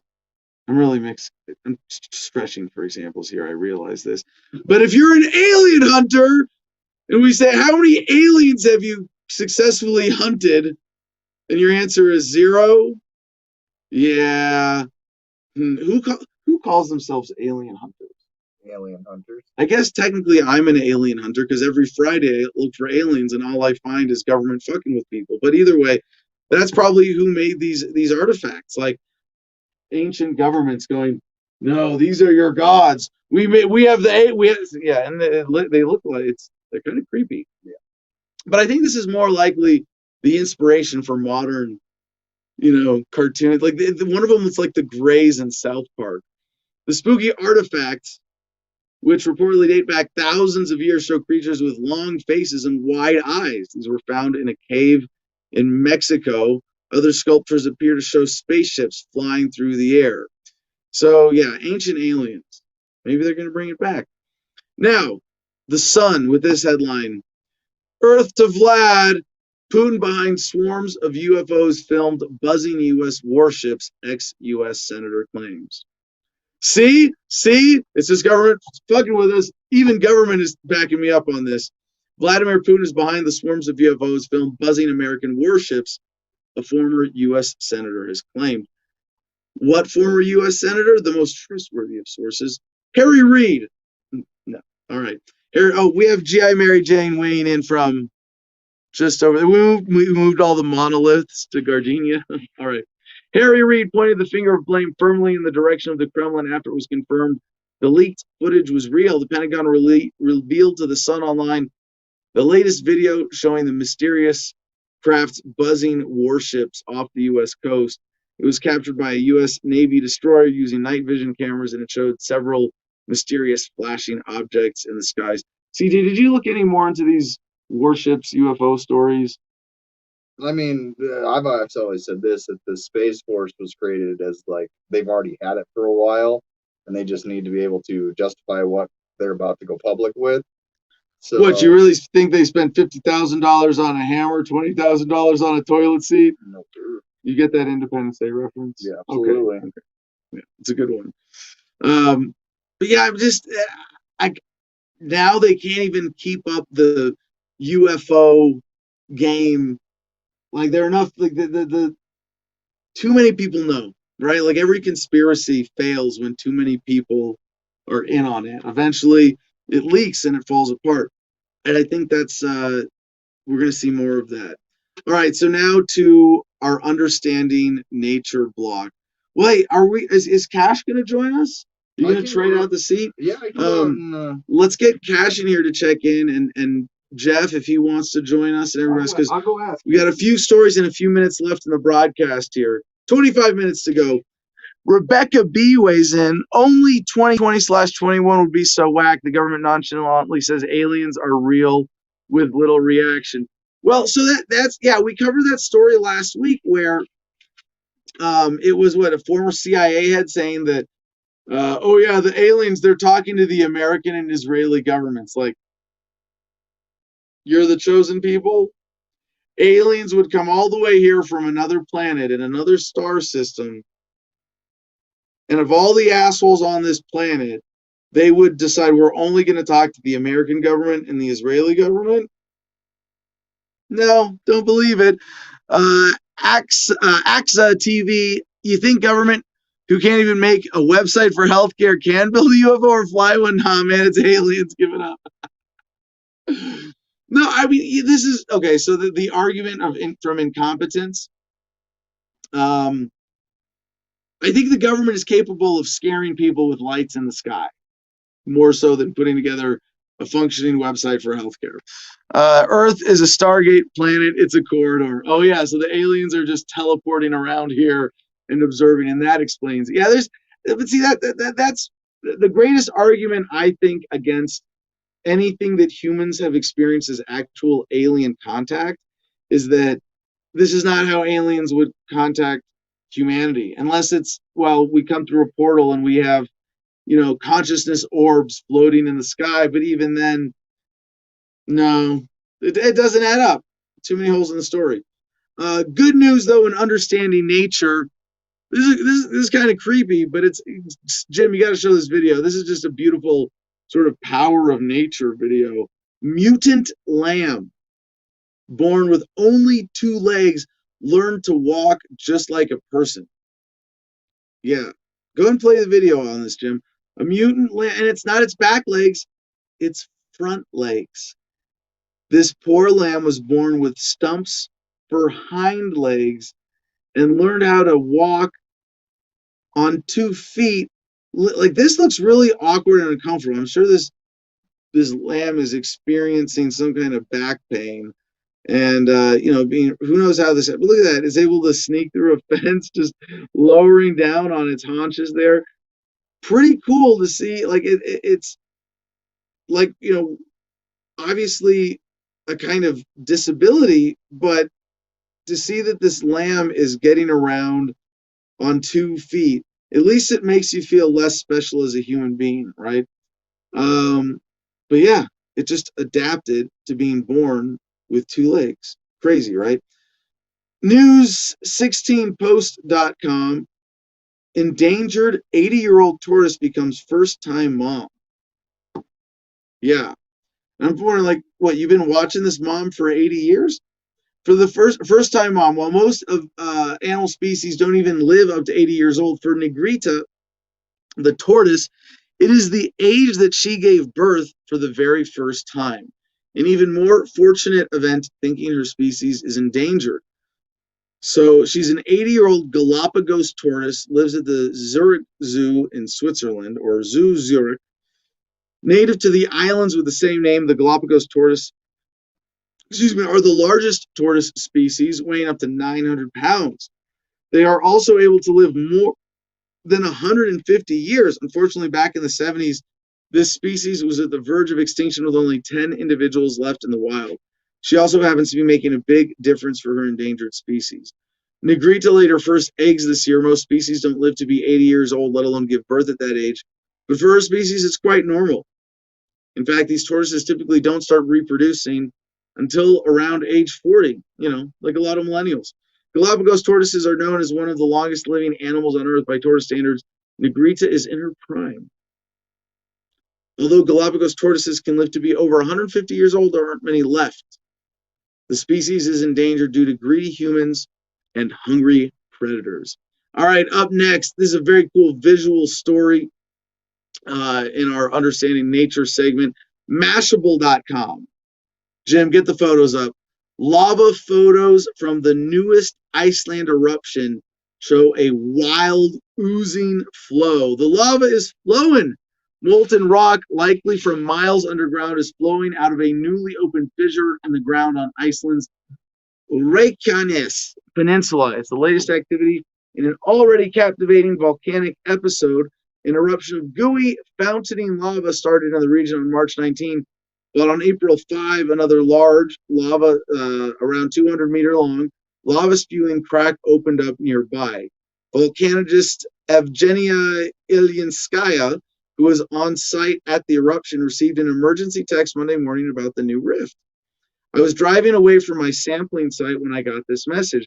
Before I saw the text, I could see the eruption plume getting huge in my rear mirror. I wouldn't have been in danger, but it was still enough to raise the heart rate. Yeah, so we had storm chasers. Now we have lava chasers. Pretty amazing footage here. And what we're able to get, and we've seen this with drones too around volcanoes erupting recently with drone footage, getting stuff that you just could never get before. But eventually, you'll just be hovering around in your Iron Man suit. Adam Kokesh writes, last chance on comment contest, songs about home. Aloha.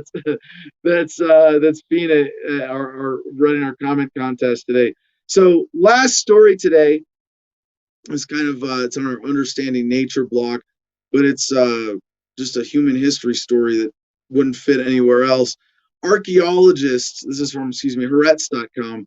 Archaeologists find oldest home in human history, dating to 2 million years. Wonderwork Cave in South Africa also houses the first known fire use and another collection of useless crystals, but this one is 500,000 years old. Archaeologists have found the oldest home in hominin history. Unsurprisingly, it's a cave.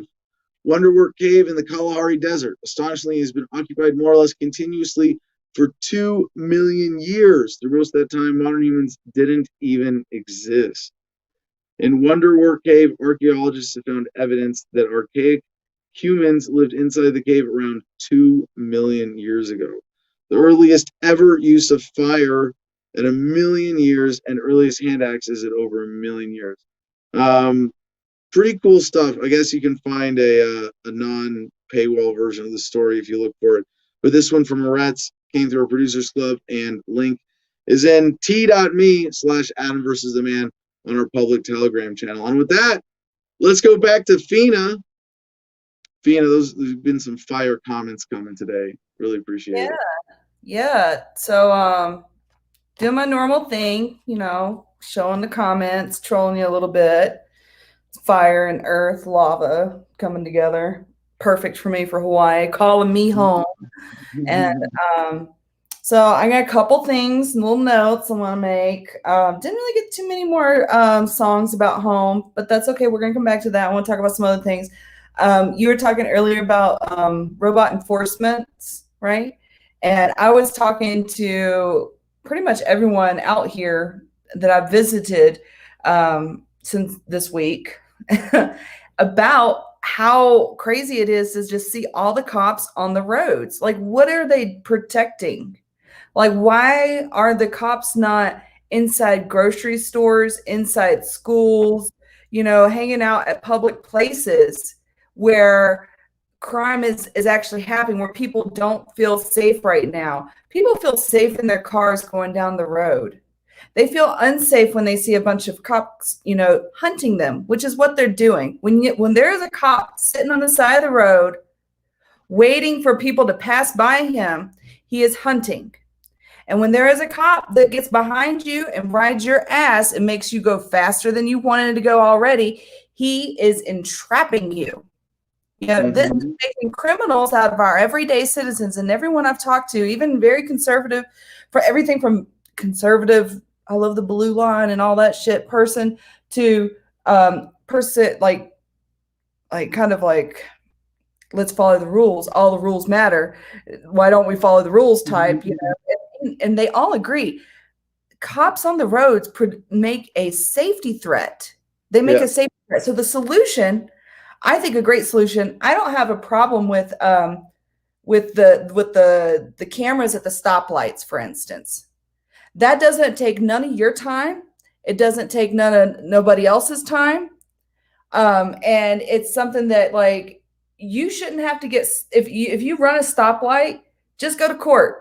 Just go to, if you had a valid reason, you can go deal with it at court. You don't need any personal interaction with a cop about it. You know what you did, or else you wouldn't have a driver's license. That's like part of driver's ed. Knowing a stop sign means to fucking stop, right? So obviously you knew, you purposely broke the laws. There's no big deal about it.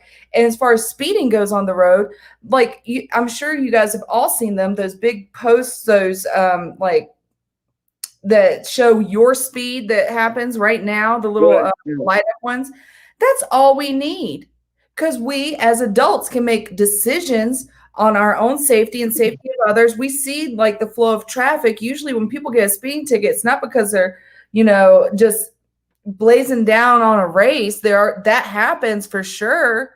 And you know what? If they're going excessively over, we have the technology. It's 2021. Take a picture of license plate, you know, or it could be alerted that a cop will be like, all right, well, I need to go there. Like, you know, there's some crazy speeders. Like, and really it should be something that's like, it shouldn't be like 5, 10 over, right? You shouldn't even, like, it should be something substantial. I like them in neighborhoods. Fina, hold on, Fina. Your point is actually well taken. It's a good point to show that where we are with technology in terms of cars that still need human operators in them, right?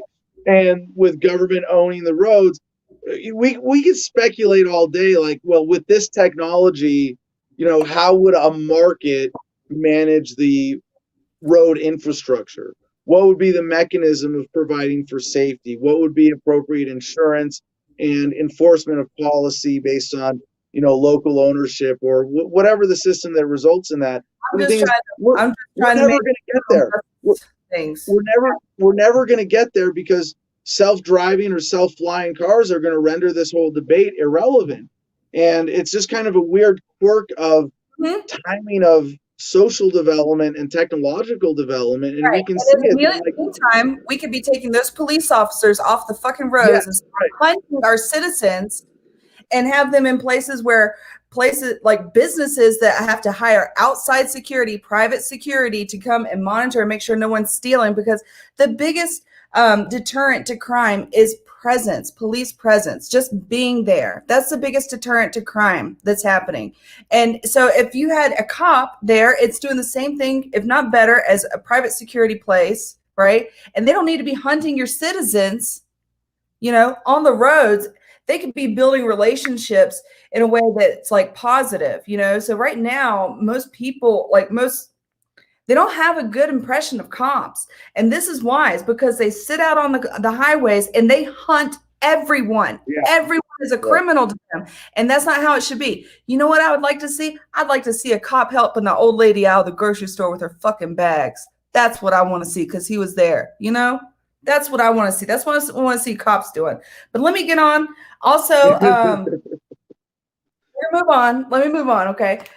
So we had one person comment earlier, and I thought it was really sweet. He's the same guy that I had commented on and everything. And he was asking some advice for, like, starting up his gig and his band. And I want to answer that.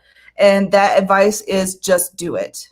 Like Nike says, just start doing it. Don't tell anybody about it. If you tell somebody about it and they want to talk about it, walk on, because they're obviously not wanting to do about it. There's a difference between talking about it and then doing about it, right? So just keep moving. And, like, that's the biggest thing on starting anything in the arts and being a creator. You have to actually do. There's plenty of people with ideas, plenty of people with opinions and thoughts, and they want to weigh in, and they want to be your friends, and they're cool people. Be their friends. They're nice people, right? But you got to do. you got to do you, boo boo.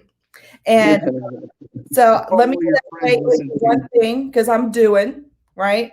I sent Jim earlier this morning a link to my movie that's going to be showing this weekend on Film Liftoff, I think is the link name. Anyways, it's going off of comments, like the most comments, the most likes, the most views.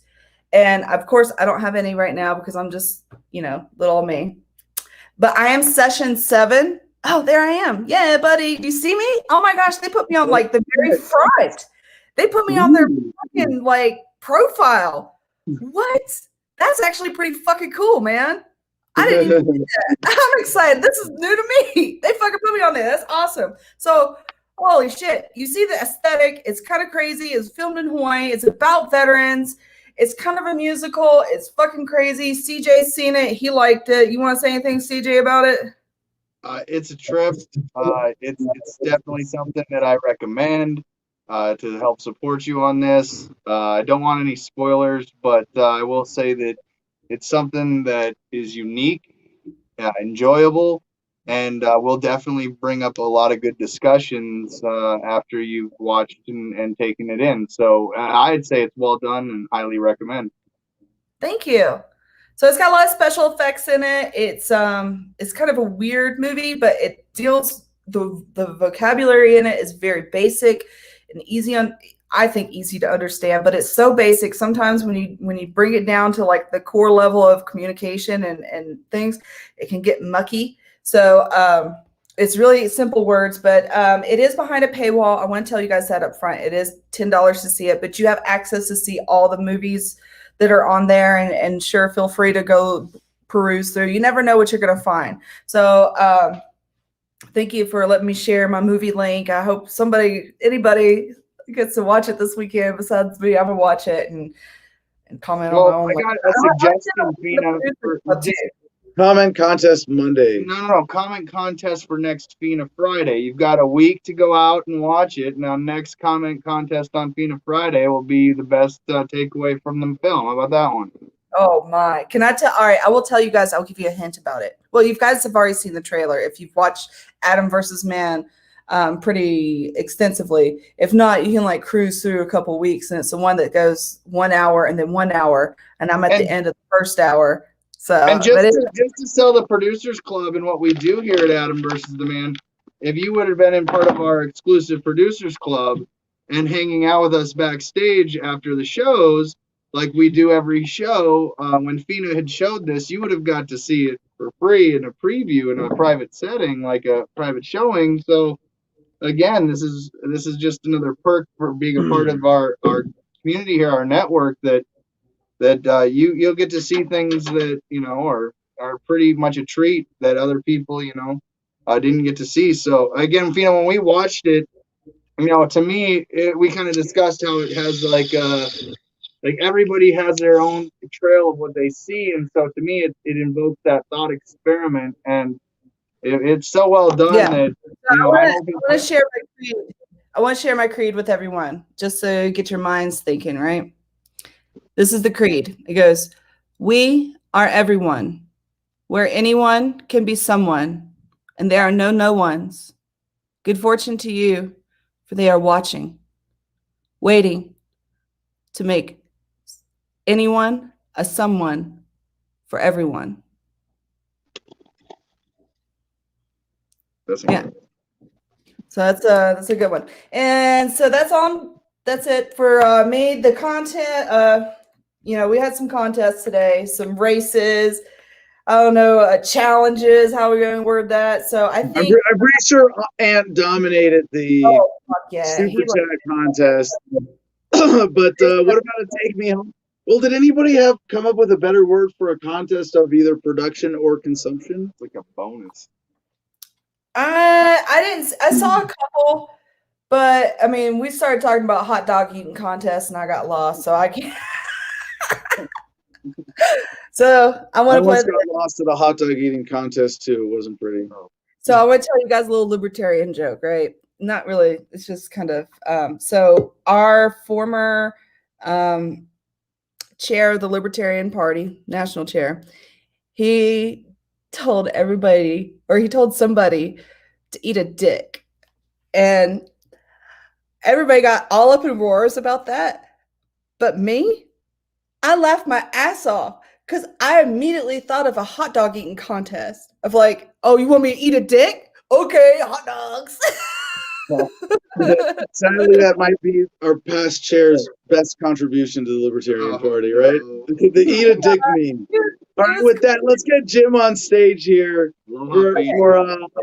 No, don't play Fina off yet. We haven't smoked weed every day yet. Smoke weed every day. Smoke weed every day. Smoke weed every day.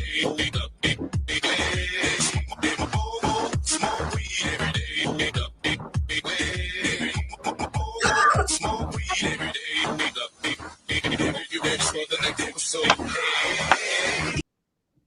All right, Jim. It's been a great week. A lot of great production. Thank you for joining us, Fina. Jim, take us home with the promos. Okay. Okay. You want me to outro Fina real quick before the promo? Oh yeah, play her off. Bravo. Aloha.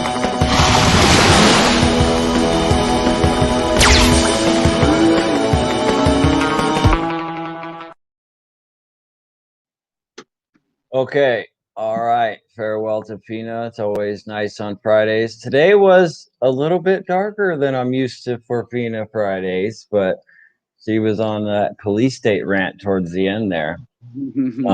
Speaking of that, shameless plug, I just uploaded a new video to my YouTube where I was watching a News to Share video last night. Did you see that yet? Ford Fisher, I'll make it real quick. Ford Fisher was live streaming last night from Elizabeth City, and he was walking. There was a group of protesters. They ended up getting separated. This is like the middle of the night for them, and he's walking with this small group, probably 10 people. A cop pulls up, gets out of her car. One person darts off because that's what some people do when a cop pulls up in the middle of the street and it's obvious that they're looking at you. The cop gets out and says, "Don't go anywhere. You're all under arrest." And they're all looking around, and they all have cameras in their things or whatever. And literally, the cop comes up. You can watch it on my video. They literally say the words. I have the cop quoted as saying, "We are now going to start arresting press. You guys need to go." It was an 8 p.m. curfew. They were out after curfew. Even though they were press, they were about to be arrested. We're now going to start arresting press. You need to leave. And they got bullied out. So many cops showed up for this little group of like 8 people with cameras. It was. To me, it says a lot when they openly are saying, you know, we're going to start arresting press. These are guys on a public sidewalk with cameras just trying to observe what's going on. When they're openly able to deny that and they don't care, they face no repercussions, it's normalized, we should be worried. But that's my 2 cents. Anyways, back to the plug. Sorry, I don't even know how I got into that. This is Friday. Join us at t.me/Adam vs. Man. You can go through all the links we went through today. You can check out all the stuff. You can do all the things. Go to adamversustheman.com to do everything else you're going to need to do. You can click on the Patreon link, support the show for $1, $5, $10 a month, even $50 a month. $10 a month is the sweet spot we always talk about. Gets you access to the private producers club on Telegram. Once you're a private producers club member or a better patron, you can shop the shop at adamversustheman.com, get 15% off and free shipping on everything you order there. So definitely take advantage of that. It's a great deal. Adamversustheman.com also has a link to the Cigar Federation store where you can get a whole bunch of exotically flavored cigars and use promo code ADAM10 to get 10% off of everything you order there. Great deal. Take advantage of it. Instagram at the Garden of Freedom is the tag you need to search for. Then you can look through all the pictures and videos of everything going up there in Gardenia. It's going to be a big weekend up there. There's going to be lots of posts, I'm sure. So get yourself connected to that at the Garden of Freedom on Instagram. TheCrypto6.com. Those guys still need your help. The Bitcoin Church was raided. You can see the QR codes on your screen right now. You can point your if you're watching it on your computer, you can point your phone at it, I guess. If you're watching it on your phone, you have to go back to it later. But you can scan those codes to donate different cryptocurrencies and help those guys out with different legal fees, etc.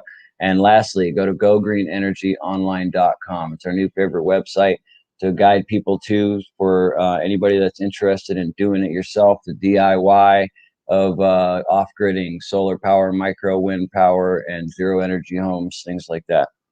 GoGreenEnergyOnline.com, your best resource for do-it-yourself off-grid. Awesome. Thank you so much, Jim. All right. It was from goodnewsnetwork.org, Good News in History. It was on this day in 1904, the ice cream cone made its debut. Originally as a warm dough rolled flat, it came out of the oven still pliable. Glad we figured that out. And 82 years ago today, on this day in 1939, the New York World's Fair opened, featuring the world of tomorrow, a prophetic vision of the future that included television, air conditioning, refrigerators, dishwashers, clothes washers, and even long-distance calling from video phones. Welcome to tomorrow. And with that, peace and love, y'all. Choose happiness and be excellent to each other.